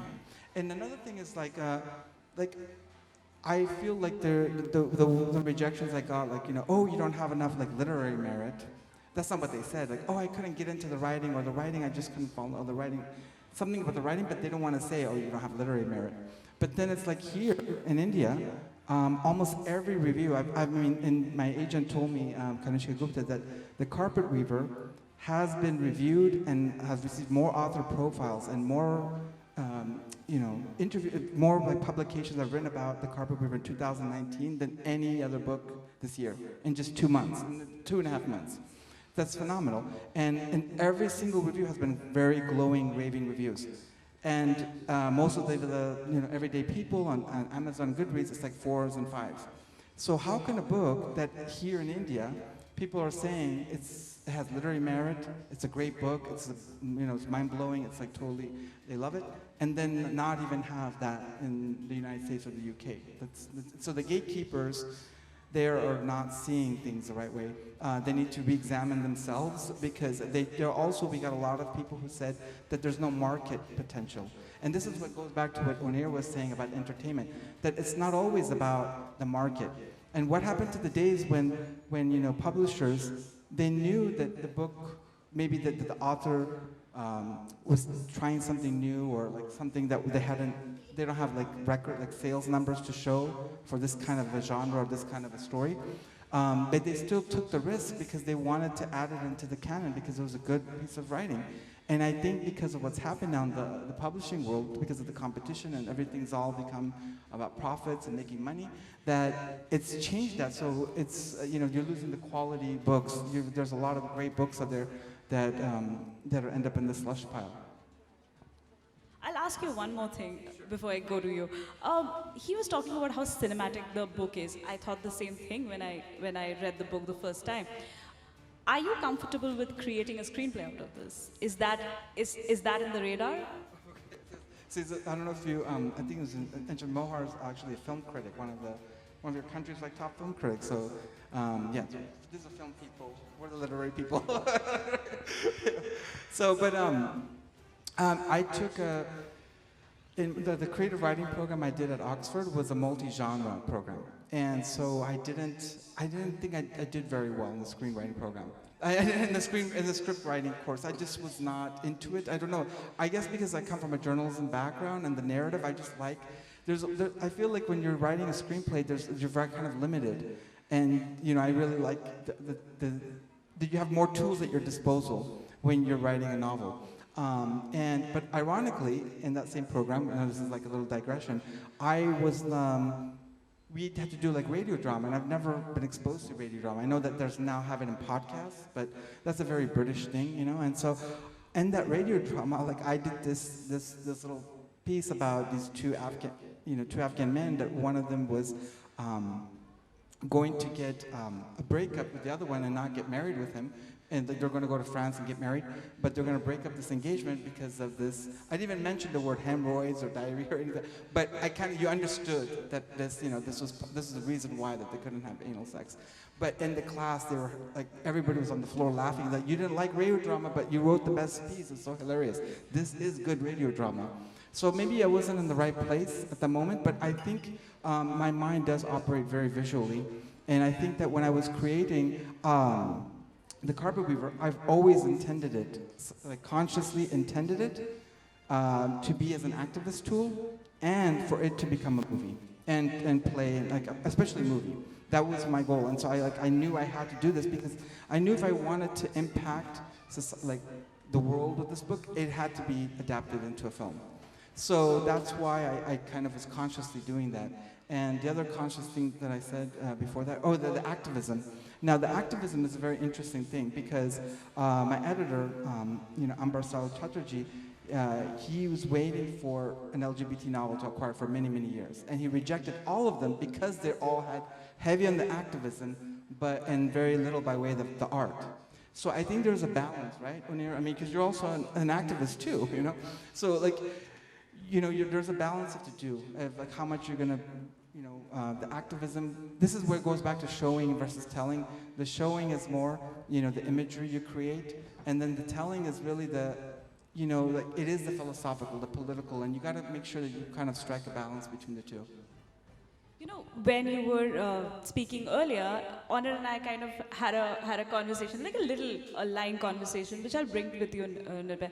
The thing is, while India has been a home for him, in the movie industry, we are not really entertaining Pakistani actors because of Pulwama, of course. How do you think that, a book as radical as his, and I use the word radical because it is one of those books, got sanctioned, and how do you think is the literary community more open to cross-country ideas and cross-country content? Actually, I think it's a bit of a misconception that the Indian literary community has not been open to such stuff. If you go back to 1924, that was one of the first gay books was ever published. It was a short story by Urja called Chocolate. Then you had Isma Chugtai write in 1942. Of course, she went to trial for obscenity. So I think the Indian literary community has been a very open and a very accepting community. Even now, when Nimat was talking about how the US maybe is not publishing a lot of stories, I see a big difference in India. You have a publishing house which focuses only on Adivasi literature. That's amazing. You have a publishing house which focuses on Dalit literature. And I think the Indian literary community has been very accepting. So it didn't surprise me that such a book is there. I mean, I've come to almost expect it, and this is actually a tribute to the fact that we Indians are willing to expand our horizons. I understand that they may not be as popular as the Chetan Bhagats. I think there's always a balance between the popular and the. So he said that today it's not necessary that something intellectual can't be popular. And I think we're getting there now. And I think that's happening in literature, it's happening in films. So it didn't surprise me. And I was very happy to see it. And I'm expecting more such works to come out in India. No, I meant the whole politics of Afghanistan. Does that deter Indian publishers ever? I think to some extent, maybe because they fear a public backlash, they fear political backlash. So I think maybe, but not entirely. Today, Khalid Hosseini is one of India's, I mean, he sells very large amounts in India. Nimad's book is doing incredibly well. You have Iranian books, you have Kuwaiti books, they're all doing well in India. So availability is an issue. I think we need to make sure, I mean, bookstores like Tidal Waves, Crosswords need to pick it up. It's not, you can't just go to Amazon where it's overpriced. Indian publishers need to start publishing them so it becomes more accessible for Indians. But no, I don't think they're not available. I just think they're a little overpriced right now. Yes, I do want to, because so I think that there's two reasons why the Carpet Weaver is doing so incredibly well in just very little time. And I think that it is for two reasons. It is because of the Afghanistan as well. It's you know, we're here on this historic verdict of 377. The LGBT community here has come of age. Like the timing couldn't have been right, you know. So this is a time where, well, like this country's in transition. People are coming out. LGBT people are coming out in the workplace and everywhere in the community. So there's a learning curve, right? The people who are just kind of keeping themselves away from this kind of literature are now wanting or yearning for it. So that's one thing, and I think it's a coming of age of the LGBTQ community in India. So this is a book. It's like, wow, this is a book that they want to champion. And then the second thing is the Afghanistan factor. I think that deep behind every Indian person is this idea of Afghanistan as this twin sibling that has been separated at birth, and they kind of like, oh my God, I know this is like, this is the country I'm connected to, not only from the Mughal dynasty, but all the way to antiquity, to the pre-Islamic, and a lot of the major Hindu ruins were in Afghanistan. There's proof that actually Hinduism started geographically from Afghanistan. Zoroastrianism, you know, India has one of the largest communities. In Badakhshan province, where Kanishka's father is from, that's where Zoroastrianism started, when it was under the Persian Empire. And then you have, you know, Buddhism, you know, which was started in India, but you have the, you know, the Buddhist statues at Bamyan. But more recently, you have these in Logar province, where the Chinese are mining for copper. They won the deal. They found this incredible monasteries and ruins. So you should definitely look this up. And it's just fascinating that there's this ancient civilization that was there. And that I think Indians, they're kind of like rediscovering that, oh my God, we have this connection with this country that, you know, that was with the partition and creation of Pakistan, now they're kind of like disconnected from. And now they're trying to regain, and I think that has to do with it. I think there's also politics that people are like, oh my God, let's go get this. It's very sensational, and I know that that there's people that wanted to maybe use me as an author, because I am getting more interest in people wanting to do author profiles than book reviews, you know, and so they're interested in, it's probably my international experience, but I think it's like, oh, gay ex-Muslim in this climate, that we have these problems with Muslim community in Kashmir and Pakistan and all Bangladesh. So it's like, it's that issue too. I think that there's like sensational, you know, I've worked in media, like kind of, they know this conflict is, but let's bring it to light. Because, and it is very unique, right? Because I'm the first Afghan person to come out gay. So when is the next one going to come out? So like, there are a lot of people who've come out, but they're quietly, like, but not in a public way like me. So I think that there's merit for, you know, why there's an interest in just like an author versus just a book. But I think that, you know, those are the reasons why Afghanistan, I think there's definitely fascination, and there's going to be more, because I think Indian readers have been reading, like, absorbing South Asian and Western literature, but they've kind of like, Afghanistan is this country they're just recently discovering this last decade. You know, before Article 377 was scrapped, I'm sure you went through your fair share of fears because as an activist, it is a combination of faith and fear. What was your biggest fear in those days?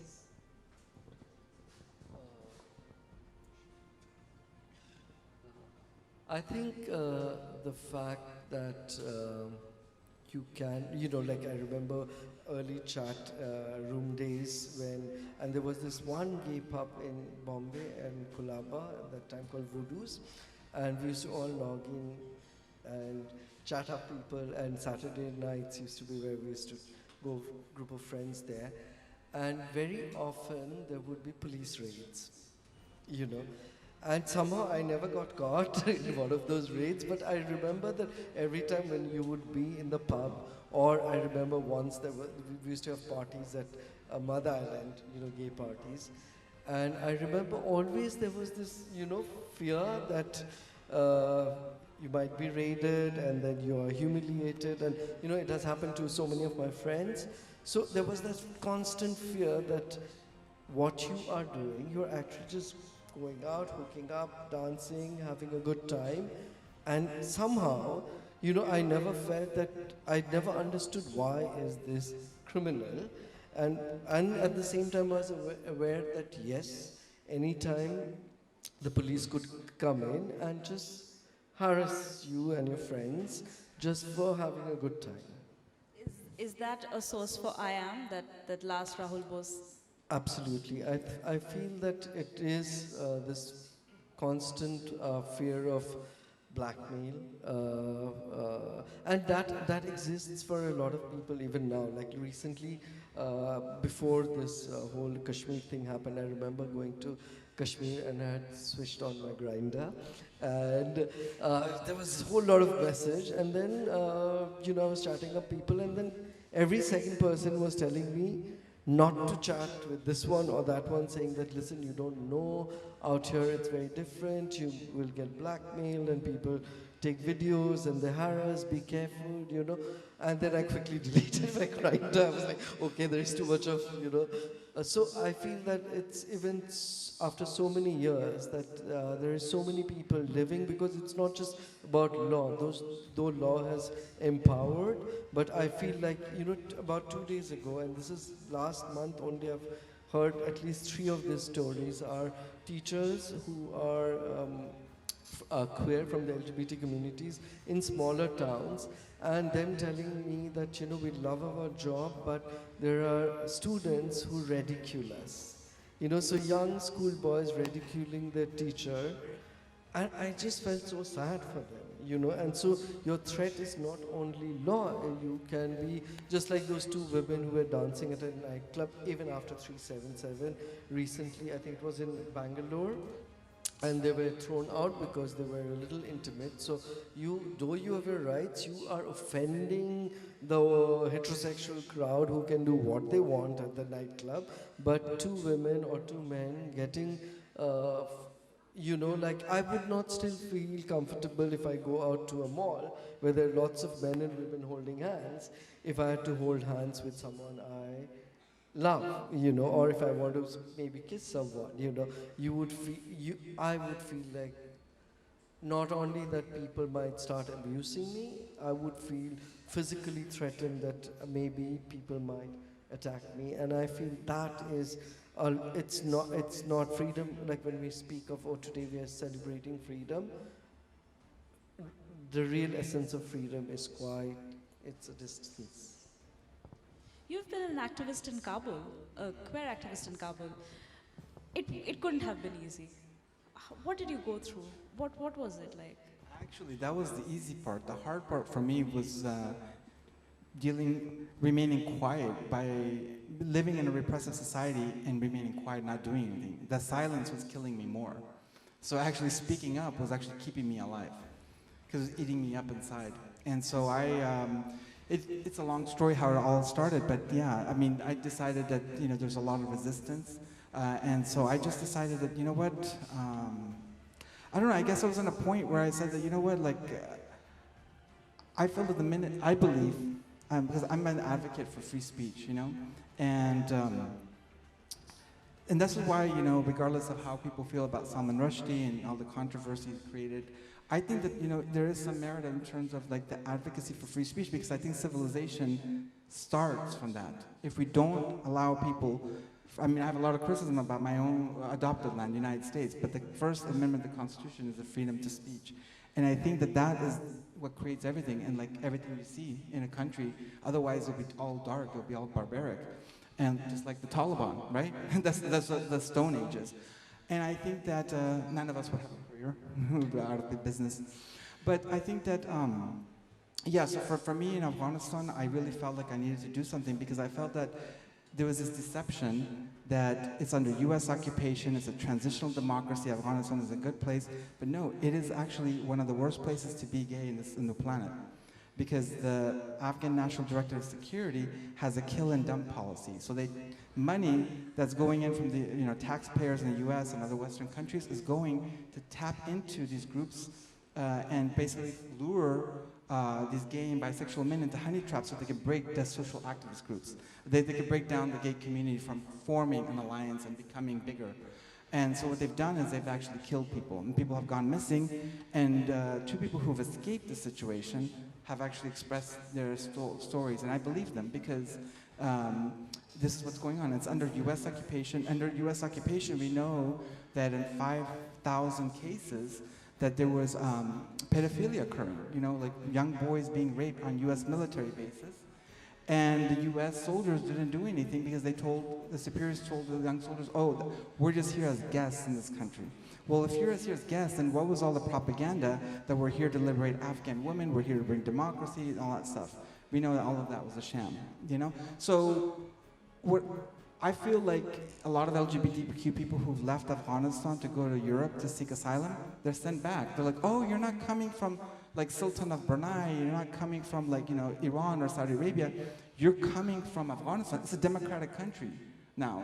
It's free. Americans liberated it. And there's an Afghan government that's pro-Western.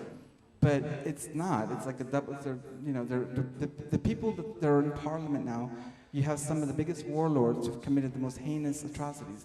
The only difference between them and the Taliban Al-Qaeda is that they double deal with the Americans and the Westerners, and the other ones, the hardliners, won't, you know? So they're just opportunities that just go whatever direction the winds blow.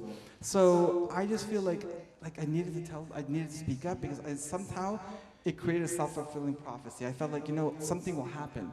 And the more I spoke, it became bigger and bigger and bigger, and then like, it did create a movement, just through social media. Because mind you, the United States, also to give you a little bit of flashpoint, when I came out, you know, there was some coverage in European press in England and Spain. And these were like correspondents who were in Kabul who knew what happened, and then they basically ran stories. But what happened is in the Afghan social media, it was spread like wildfire. I mean, people were like talking, it broke the taboos. I had went into a play, I was dressed up as a transgender. One day in my life, I cross-dressed as a transgender, but for a play. And they said, oh, look at this guy, this is our professor. And then the summer that I would not go back the following year because they fired me. And they're like, oh, you know, I broke the cross-dressing taboo, and I broke, you know, all these taboos. So in a way, it was a good thing, because we moved the needle. There was like 2 years ago, in August 2016, I had a debate that was moderated by BBC Pashto. It was Islam and homosexuality. There was a mullah, but he was more of a mullah that, you know, who's well-dressed and like looked presentable for the BBC. And then there was an Islamic scholar who was kind of reconciling it within Sharia, how we could harmonize, you know, LGBT rights within the context of Sharia. But it's kind of weird. Like, how do you have gay marriage and Sharia side by side? It's just, there's no example of that. But you know, anyway, so that was that. And then me speaking from a scientific and secular point of view.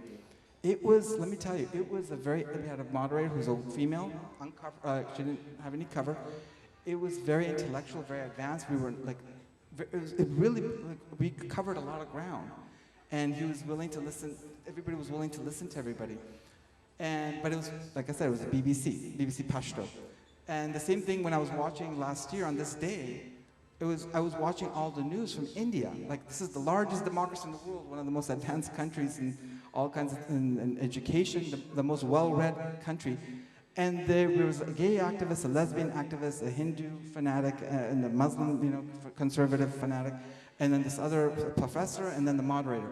And they're all shouting and screaming at each other and saying such basic things. And I was like, what the hell is going on? Like, how Afghanistan, the most backward country that's perceived in the world, is having an intellectual debate.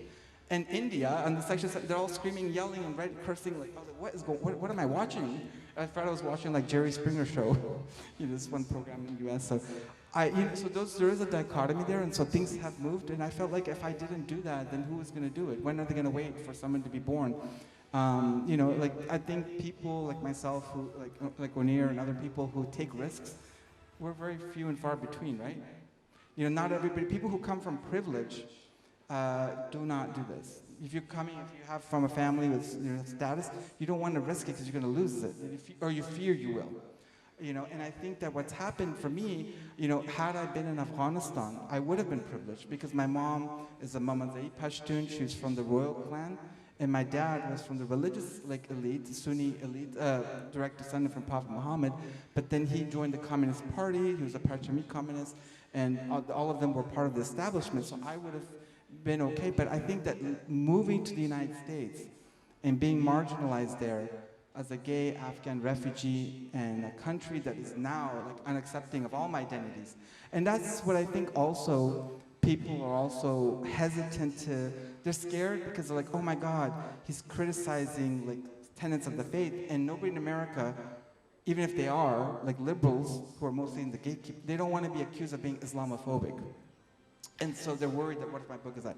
They're worried about representing me if they'll be targeted, Or they're worried about, there's a dominant narrative that's been created that is basically anything you write about Afghanistan that is going to show the men as very abusive and beats women, and women are always the victim. They can never escape the predicament. And this country, all they do is rape little boys. Well, pedophilia happens everywhere, And that's another thing that people have wanted to do in my writing. They're like, oh, every workshop I've had this. Why don't you're talking about LGBT? Why don't you include pedophilia?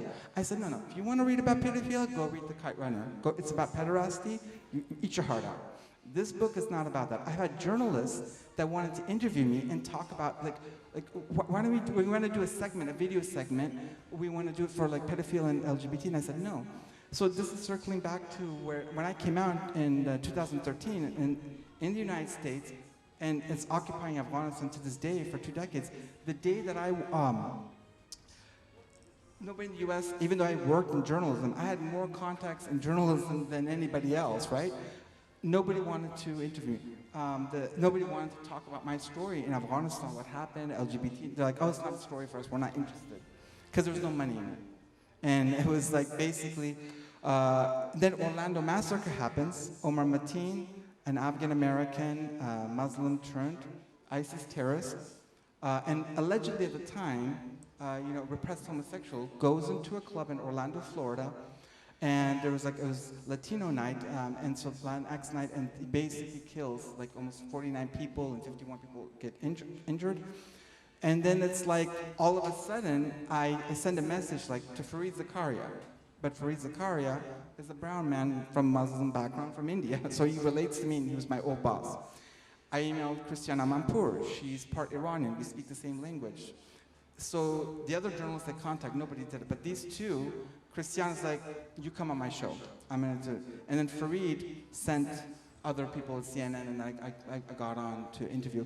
But if I didn't have those connections even, I don't think I would have been interviewed. And then once I was on Christiana Manpour's interview, which you guys can watch, and once Fareed was able to get me on the other shows, then it's everybody in the media was like, oh my God, this is interesting, because I was disowned by my community, and obviously no one's going to align themselves, right, in civil society in America. No one's going to be associated with an Omar Mateen.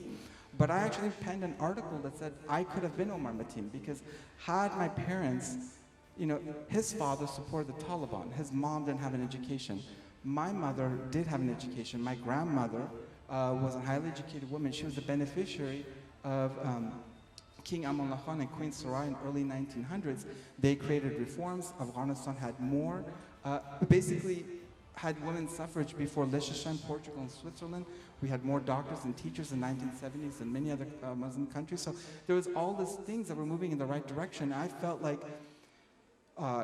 basically I needed to what was I saying? But basically, like, I was trying to show a different side of that. So I think that trying to show a different narrative, really entirely. So, and I think that then, so I was saying back, the U.S. kind of operates on empire because it was this event that happened, Orlando Massacre, happened in June of 2016. It was an election year, and the Democrats they framed this narrative as like, oh, you know what? It's about guns and gun control. Obviously, that's an issue. It's about gun control. And then the Republicans like, see, we need to protect, Trump was like, we need to protect the LGBT community here from Islamic foreign terrorism. But it's okay because we don't want the Islamic terrorists to kill LGBT people because we want the white supremacists to kill them. you know?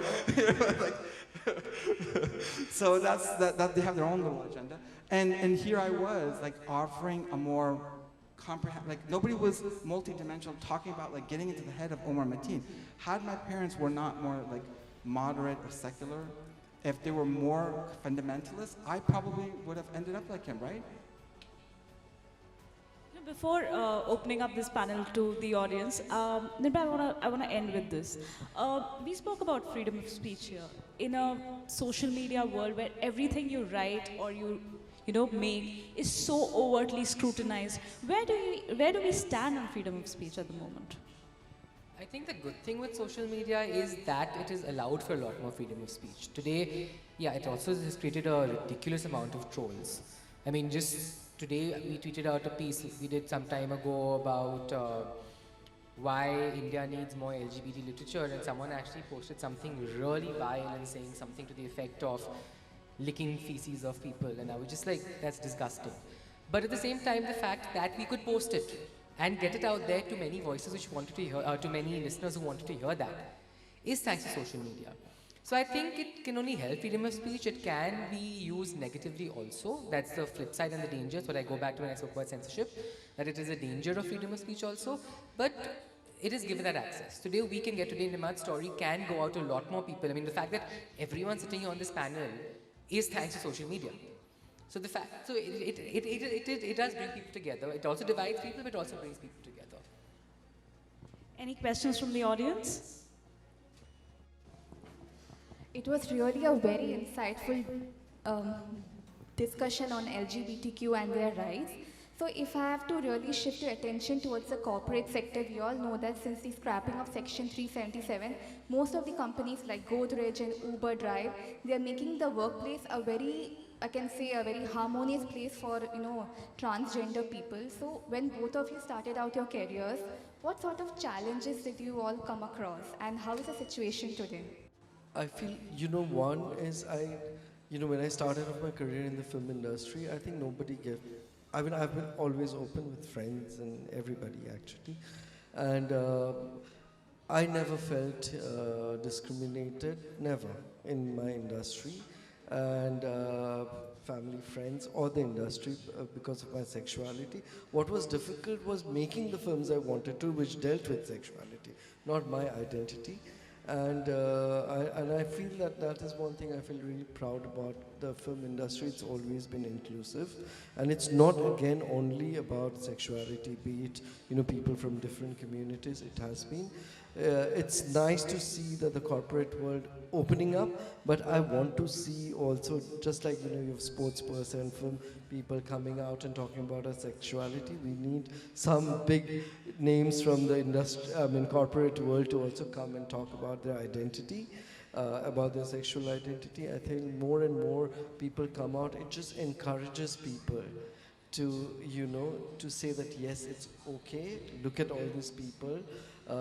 They have, my only, like what he talks about the novel, I feel my only identity is not my sexuality, and that's why I don't think it's ever been a hurdle really in terms of what I chose to do, because my craft had nothing to do with whether I was straight or gay.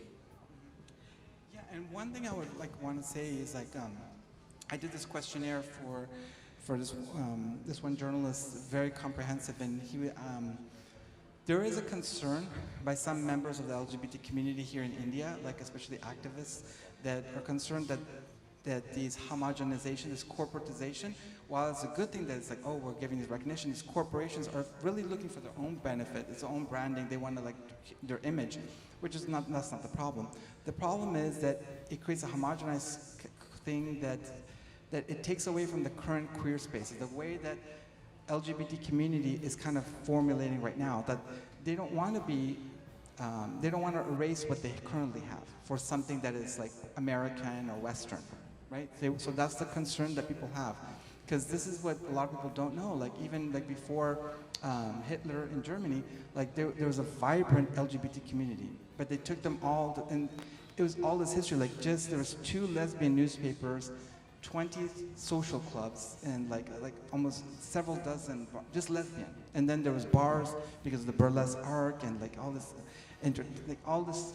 like the cabaret. It was like gays and lesbians were very much involved, but all that history, all that memory was gone. And then it's now actually being rediscovered because people are now like, oh wow, they're digging this stuff up. Because under US occupation, everything, they create this narrative that, oh, Stonewall. Stonewall is where like it gave birth to, you know, the movement. Well, it's maybe for legal protections, I guess, but if you look in history, Germany actually did have legal protections for homosexuals. So before Hitler, it is Weimar Germany. So I think that, you know, and we were talking about India, you know, like we just scrapped 377, but if you look at India's history over thousands of years, there was times when we did have inclusivity, you know, of LGBTQ people. So I think that we should be careful what we wish for, because sometimes they are doing this to push their own agendas. They're multinational corporations, but sometimes it's like, you know, they have different things. So that's something to consider as well. Thank you, sir. Thanks. I actually have 3 questions. And the first one is quite interesting because I heard you, Nimat, you talked about how you know, LGBTQ is not something that's taken up by the privileged. But I somehow have like the exact opposite view, because if you look at examples in India especially, like Prince Manvendra Singh Gohil, or if you have Keshav Suri, I think that it is essentially the argument against, some people made against like LGBTQ rights is it is a problem of the privileged. So they say like you're affecting maybe the top, you're just affecting 6 to 9% of the population, and this isn't essentially like stopping you from living, whereas, you know, like India's poverty rate is like maybe 22%, and you've got much more physical violence and something that people cannot get out of, like caste-based violence or poverty. So they essentially argue that this is a problem that is more psychological and doesn't really prevent you from living a normal life, whereas a Dalit who is killed or who is made to sweep the streets doesn't have an out. So that's the first question. I don't know if you'd like to answer that, or should I like ask the other 2? So maybe I'll just... Let's go with this one first. Sure. Yeah, thank you for the question. I think that, sorry I jumped the gun because I have a, then you guys want to share. And by the way, you're also welcome to share your thoughts too if you have any questions that you want to answer.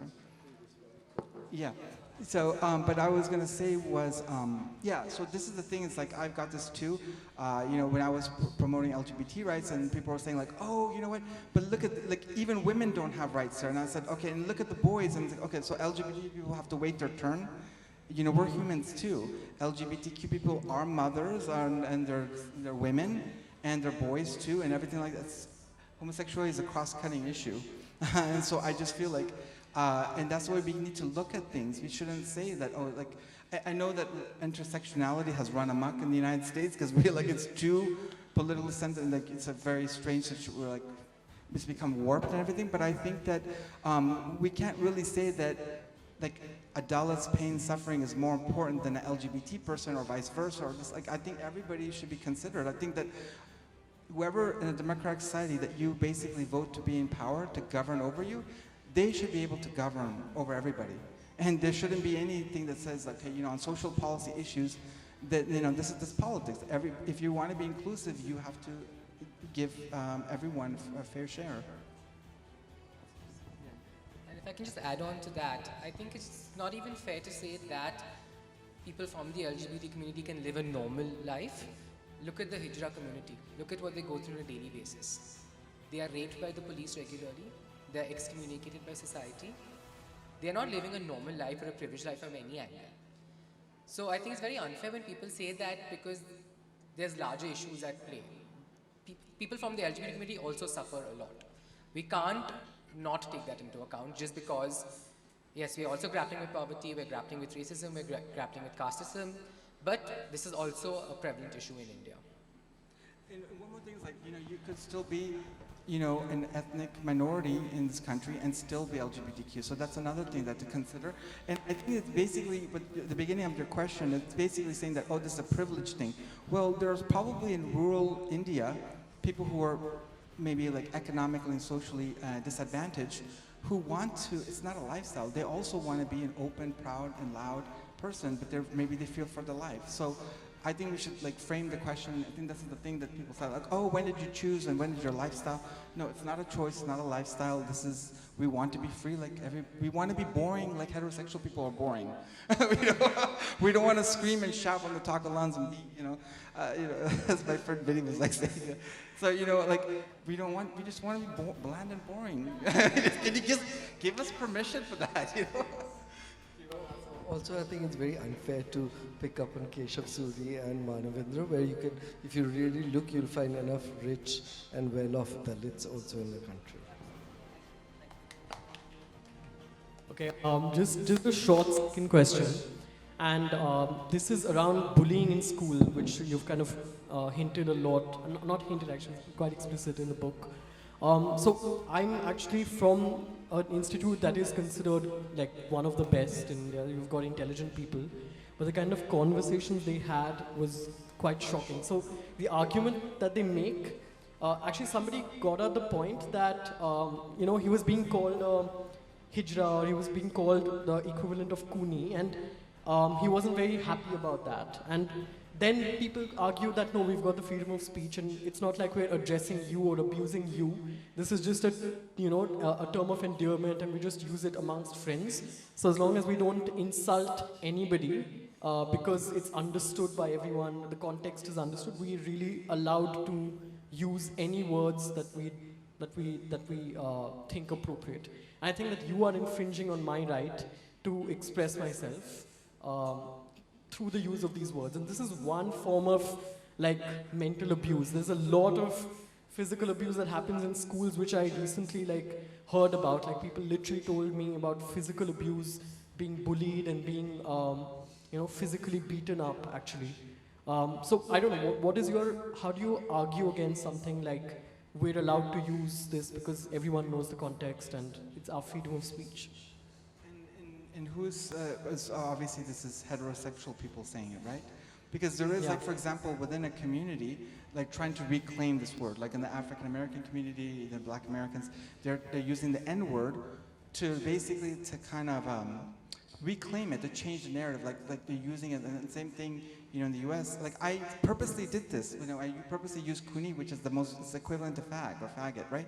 And so, in the gay community in the U.S., we call each other. Like a gay man will tell another gay man, call me this thing. But it's like an endearment. It's kind of like reclaiming that word, and we're trying to create a different thing. But that is different than ridiculing. This is a different scenario, So I don't know. I don't think this is acceptable. I mean, the person's not consenting to hear this stuff. Like they're basically being abused, and they have a right to have not to be exposed to this kind of stuff, especially in a learning environment, So there should be kind of zero tolerance for any kind of hostility towards any group of people, regardless of what it is. I mean, so, I think that's the best fair answer I could give. Okay, and my last question, I'm sorry for taking up so much time, but I think that so stories on coming out, a lot of them have been written, but I don't know if we should go beyond that, because there's this entire notion of, there's a lot of depth that we still haven't covered, right? For example, even if you come out, there's a lot of sexualization within the community. So if you're not the right body type, or if you don't have if you aren't attractive physically, or if you're effeminate, or if you're a transgender, there's people claim it's a community, but I think that if you unpack LGBTQ, it's going to be like a horrible mess, right? It's one of the unfriendliest communities there is, and all this facade of being united is going to come apart. So I don't know if there's something on your mind that you want to talk about in the future, or if we should even talk about like something Oh, more you about should- that. you should- Because it looks too nice from the outside. The thing is that you should you should not give more ammunition to heterosexual people. This is conversations you should have only within LGBTQ people. So I don't know, everybody who walked in the door, like, okay, you have your LGBTQ stamp, and you're welcome. Because the thing is that this is the thing, this is the problem we have, right? Like, in Washington, D.C., where I live, it's like, all these married couples in my neighborhood, they're like married, but then they're all in open relationships. And so this is a big problem, we have in our community. But these are things that we don't discuss. I don't want to discuss because like, oh, you're fighting for your rights for LGBTQ people in Afghanistan and other countries for them to live like these people. Look at, like, they're like living a double life, and they're being married, but then they're like sleeping around with everybody, and all that, like all this stuff. So it's like, and this goes back to like more deeper things, like the wounds, the abandonment issues, and whatever host of reasons that people like have this thing. So we don't want to give more ammunition, but I still think that that's a more deeper structural reasons. I mean, I don't know. I mean, maybe Mahar can say, because I don't want to even go down that. I'll go back to what I said before. Very, very simply, I'll go back to what I said before. Infidelity is not a problem just within LGBTQ+. It's a problem in human relationships and romance. So why are we even talking about unpacking that? Then we'll have to unpack romance altogether. And the very fact that people are not really staying loyal to their partners, it's a universal problem. It's nothing to do with being queer. It's about being human. I think the minute we start understanding that this is a human problem and stop making it just a queer problem, half our battle is won. Yeah, but I do think that one thing is that if you're living in a society where everything has to be kept underground, you have to be kept a secret, otherwise you're feared for your life, like in the 68 countries, the only kind of experience you can have is a quick sexual encounter. There's never going to be a chance to ever even pursue. Your mind is like, there's no possibility that I can live with a lover. So no one's even thinking about that. So what's happened is like somehow, but the problem is like, the problem I think that Abhishek is saying is that, I don't know how to explain it. In the heterosexual community, there's more acceptance. I mean, there's more support. If there's marital problems or relationships, there's a community there. There's a, like a place of worship. There's friends. There's everything. In the LGBT community, it's not like that. They don't have that. A lot of people who come from broken families and they have problems with their partners. No one wants to listen to their problems. Nobody cares. So I think that people are like, you know what? Forget it. Let's just have these open flings and relationships and superficial thing because this is the way it is, and we're all going to be here on this planet. Do your thing and then leave. And so that's a very nihilistic way of living. I personally want to live in this planet with a very fine time to make the biggest impact that I can. And so I don't want to live like that. And sometimes, we go and you get disillusioned because you're part of that community, you're surrounded by this.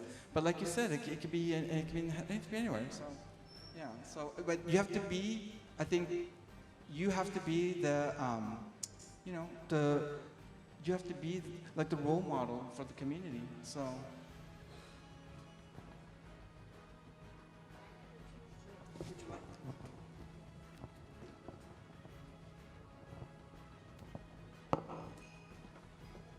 Few friends, and they're awfully genuine and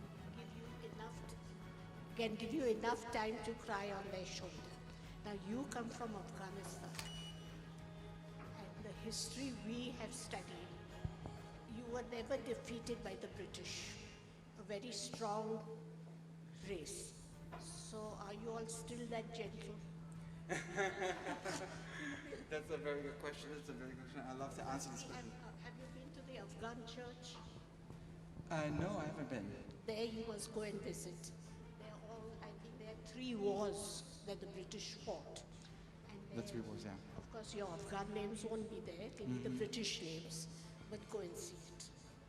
Absolutely, the British and I think that there was basically like a line that I had from Alexander the Great, that he basically realized that he cannot conquer these people, so then he tried to make peace with the northern tribes of Afghanistan, and he's like, he married one of their women, her name is Roshanak, and then he went for more tameable pastures in India, like towards the subcontinent to India.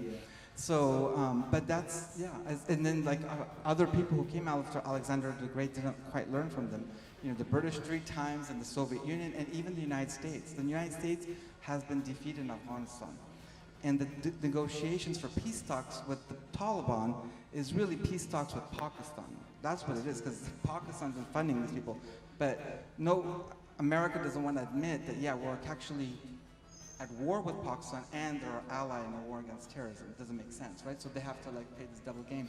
So, Gentle. well, oh, that's the question, yeah, getting back to the gentle. So getting to your question, I think that I still believe in terms of hospitality. This is the thing. We've been invaded, so you've been deprived, right? And we're already a mountainous, landlocked country. In terms of resources, we're one of the richest countries because of lithium. There's trillions of dollars of proven lithium and all these other minerals. But I think in terms of hospitality, I do think that it still exists. I mean, if you go to a very impoverished Afghan home, they will do whatever they can to, you know, bring out their best china. If they have the last chicken, they'll bring it out and cook it for you and serve it for you. You know, they will do whatever they can to be hospitable. Like very, yeah. So I definitely think that there is that. But You must have had a hard time. in terms of more specifically, like hard time of for. Afghan strongness. Oh, you mean, oh, the militant, the patriarchal culture. Yeah, that exists. That, I mean, that kind of I showed in the book. But this is the thing, it's like a lot of those men who like in public places are militantly patriarchal. When they're amongst each other, they can be very affectionate in private and not show it to anybody. And so that's kind of like the duplicity, you know, and kind of like we see that also with Kanishka's father. Like we saw there's just tender moments with Parasto that you wouldn't have expected from an Afghan man, but then you see him with, like, you know, he's trying to act like this man's man when they're out in the hammam or whatever with the other men and doing things. So I think that there was we see some of that. So yeah, I mean, I think that, you know, like 40 years of war, I mean, you're going to be living on the edge or living on survival. And I think one of the reasons Afghanistan exists as a country today is because we are continuing to fight. Because I think that if we don't, we'll be erased. Like people will forget about Afghanistan. So, yeah. Any more questions? I'm sure there's some burning questions over there.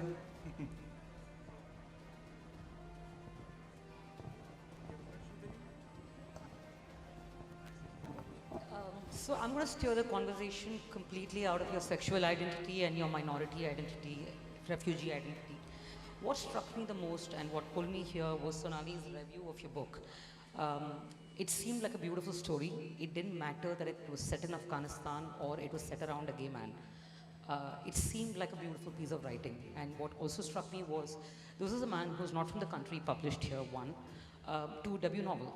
And today I learned that you learned the craft. You might have had the talent, but you learned and you worked at it, and you had 400 rejections. I see a lot of people around me who are trying to be first-time publishers, filmmakers, actors, musicians, who give up after the 5th attempt. So, I mean, anything that you want to share, I'm sure there are people here sitting and tweeting out. I think we need inspiring stories. I think resilience is something that's taken for granted and not given enough attention.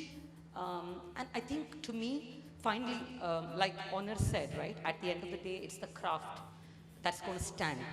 Carpet Weaver might be around a gay man and in Afghanistan.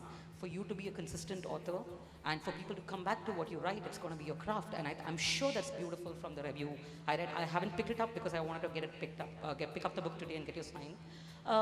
But I'm saying, we have to go beyond those identities. I mean, I remember My Brother Nikhil because it was a beautiful film. I don't remember it because it had a protagonist who was a gay man. And not even that 15 years back, no. That's not what struck me and wanted me to watch it again, right? So, I'm kind of a little, you know, because I'm here as a reader and not because of anything else. I want to know more about that than the questions around 377. Yes, it's 1 year anniversary and it's great, but we're here to celebrate a debut novel by a struggling author, man. I mean, what tips do you have, or any story that can be inspiration? I'm sure there are two people here at least who want to write a book at some point of time. I know two people here who want to write a book at some point of time, or I hope will write a book at some point. I think every Indian person wants to write a novel. Well, you're making it look so easy, but you have to tell them it's not. So. Yeah, absolutely. Okay, so you guys want to answer that? Let me. Yeah. Absolutely. Well, the second novel that I'm working on is not about Afghanistan, and so that's it. But I will have to say that LGBTQIA characters are going to be in the next 4 books that I'm writing, because the themes and the identities. And the reason why is because it's a universal issue. It's a human rights issue. Because LGBTQIA people, it's not an idea. It's not like nationalism, like the national origin, I'm from Afghanistan. This was a myth. Every country in this planet was created on a myth. That's why when people, they joke around to me like, oh my God, the Israel and this that's created on a myth. I'm like, every country was, every country, And so I think that what you were saying is LGBTQ people live in every country, everywhere.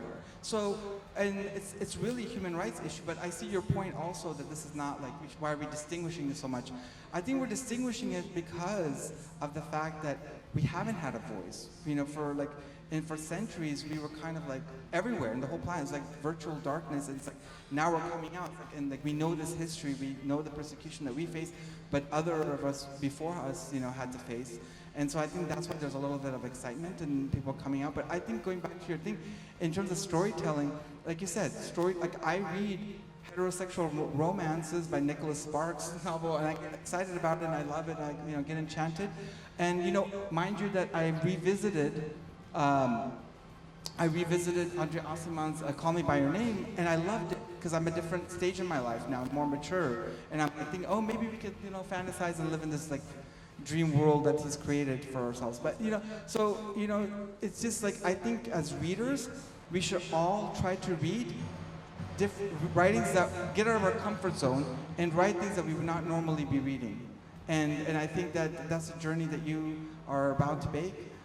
Then go for it. So I think, like you said, good writing is good writing. I definitely agree with you. Storytelling, good writing, and it has to have really have a lot of themes. Like the story. I think that's bringing people to this. Yeah, people are drawn to it, attracted by it because of it's Afghanistan, LGBTQ. But once they get into it, they're like, this book is a lot more than just that. And I think when you mentioned Sonali, I really think that people love this whole experience, the cultural experience, all the foods, people are messaging me, oh my God, I fell in love with all these foods, and it made me hungry. I wanted to go to an Afghan restaurant to eat.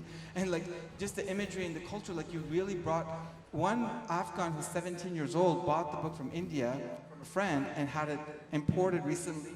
And his parents told him, oh my God, you're writing, he's like, I'm so excited this book is gonna come. And his father was a part-time communist, the same communist that my father was, and it's in the book. Who are the boys of the locker room boys, their sons. But anyways, this 17-year-old boy was telling me that he read the book, he loved it. He said everything else he had read about Afghanistan was about secondhand reporting.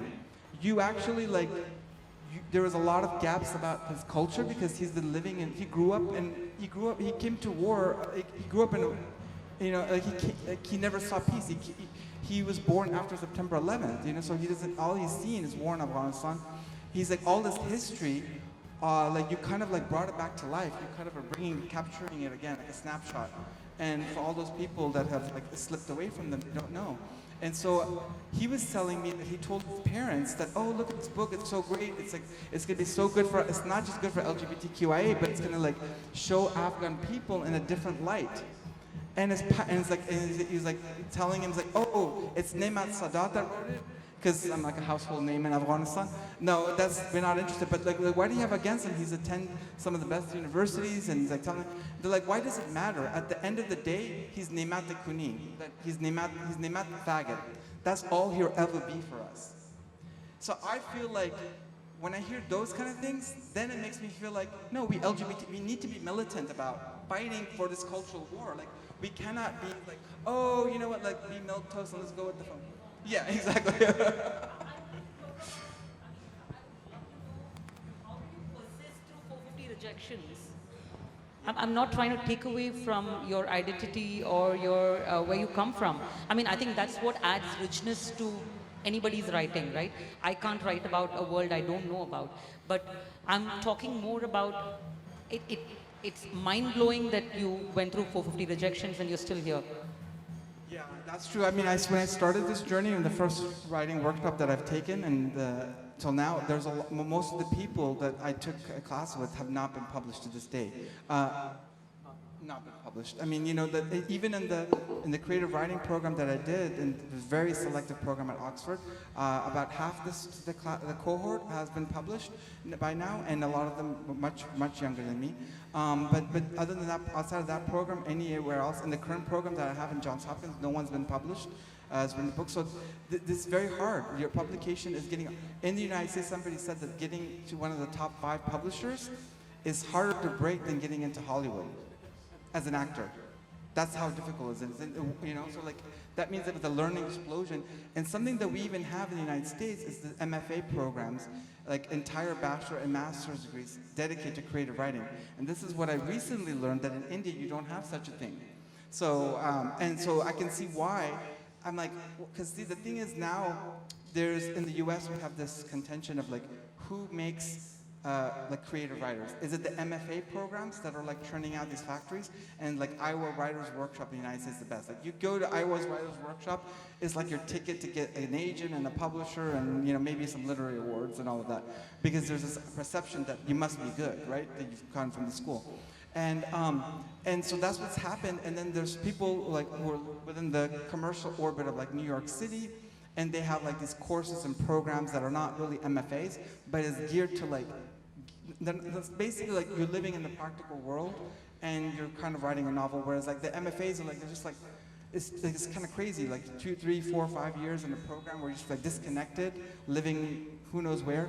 And so there's this type of contention that's happening, but that's why you have so many more people, you know, like writing novels, like writing manuscripts. So it's hard to decipher like who's good.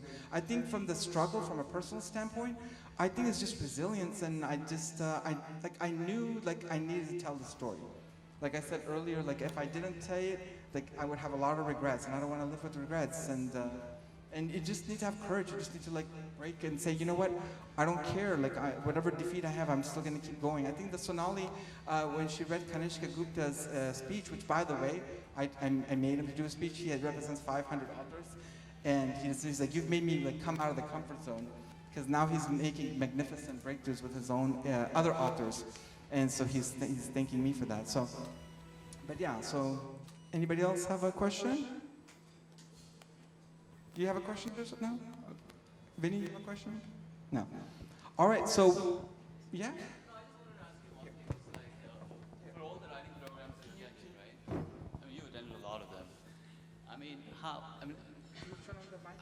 important is it to attend a writing program to be a good writer, right? I mean, because you get influenced by the structure and versus it can compromise your originality, right?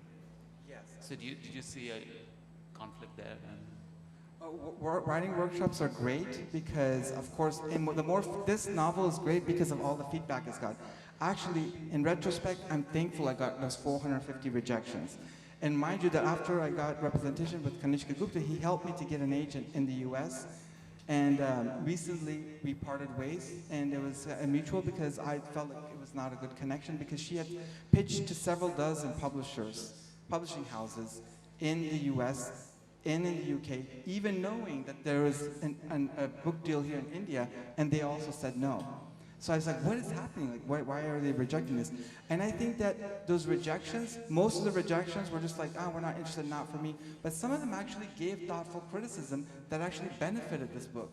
So mind it that if this book would have been published, and when I started this process and looking for an agent in January of 2015, I don't think it would have been published in India, or if it did, it would have just been like a mid-list book that would just gone to obscurity. Everybody would have forgotten about it. It would have gotten poor reviews, right? So I'm actually, sometimes count your blessings. You know, sometimes, and if you look in history, some of the best books in history that have been well written, but has been received multiple rejections. They've just been ahead of their time. Like it takes time for, there's something in neuroscience, creativity, and writing, that it takes time for society has to catch up to the vision of the artist. And so I think that's what's happened. Mind you, this is kind of very interesting. I think India is a more open-minded country right now than United States in the Trump era, and UK in the Brexit era, which is more insular. These were countries that were once empires that were kind of like, and now they're like wanting to close in, and now they kind of like don't want to, they want to like, don't want to know, they don't want information or people coming in that's going to like threaten their identity and their existence. Which I don't think you don't have this kind of experience, at least in the publishing world. I'm talking about publishing world, you know? There's not this concern that people are going to come and change the dominant narrative. All narratives are welcome, and it's just, you know, this kind of this thing. So I think in terms of what's good, and I personally think an artist needs to be cultivated. Because of the demands of life, if you're constantly worrying about like earning a living and salary and all of that stuff, then you're not really in that whole experience. So those writing programs were good for me, because some of the best breakthroughs that I did was actually like saying, you know, my mom's like, you know, she basically moved on her own. She separated from my father for the second time in her life. And she basically said, you know, why don't you come and live with me? Because I didn't tell her I was living in a homeless shelter. She found out, she was very upset. And because my father said, you can't come home, then she moved out. And I went to her home, and for 2 years, from October 2014, to August of 2016, all I did, and I don't want to put my mom in danger because I had death threats and I fought one in Afghanistan, so I didn't even want people to know that I was living with my mom, you know? So basically I was writing this novel, and that's when you know, like all I did was wake up in the morning, read and write, and was totally disconnected. I shut down my Facebook and social media, and I think that's the way an artist has to be. You can't be like, you can't write on like piecemeal and like, you know, and be distracted by so many things. So but that's the thing, a lot of people want their cake and eat it too. I've met a lot of people who want to be a writer, but it's like, oh, I want $1 million worldwide book deal and all of this and all of that, but I don't want to revise it. I don't want to hire a freelance editor. I don't want to do this. Well, that's not going to happen. You know, like not everyone is that gifted or that lucky to have that kind of experience. What are you coming into this for? I was hesitant whether I would get here to this day, but now that I'm here, I've committed myself to be a lifelong like novelist. This is what I want to do, because I feel like this is my calling. And so I feel like if you have to make some sacrifices, if people think that, you know, this is such a glamorous thing, and it's like they see O'Neill and like all his movies and it's so wonderful, he's going to film festivals and it's everywhere. Like, you know, he's surrounded by like, you know, all these like people that are famous, but it's not just, most of the time you're probably alone by yourself, right? As an artist and doing things, and that's, well, he's a little bit lucky because, you know, as film directors, you're still working with a team. As a novelist, you're still alone most of the time. You know, so, exactly, so there's a little bit different experience, but anybody else have any more questions? Otherwise, we'll move to the next segment here. Sonali, do you want to help us here for the next part here?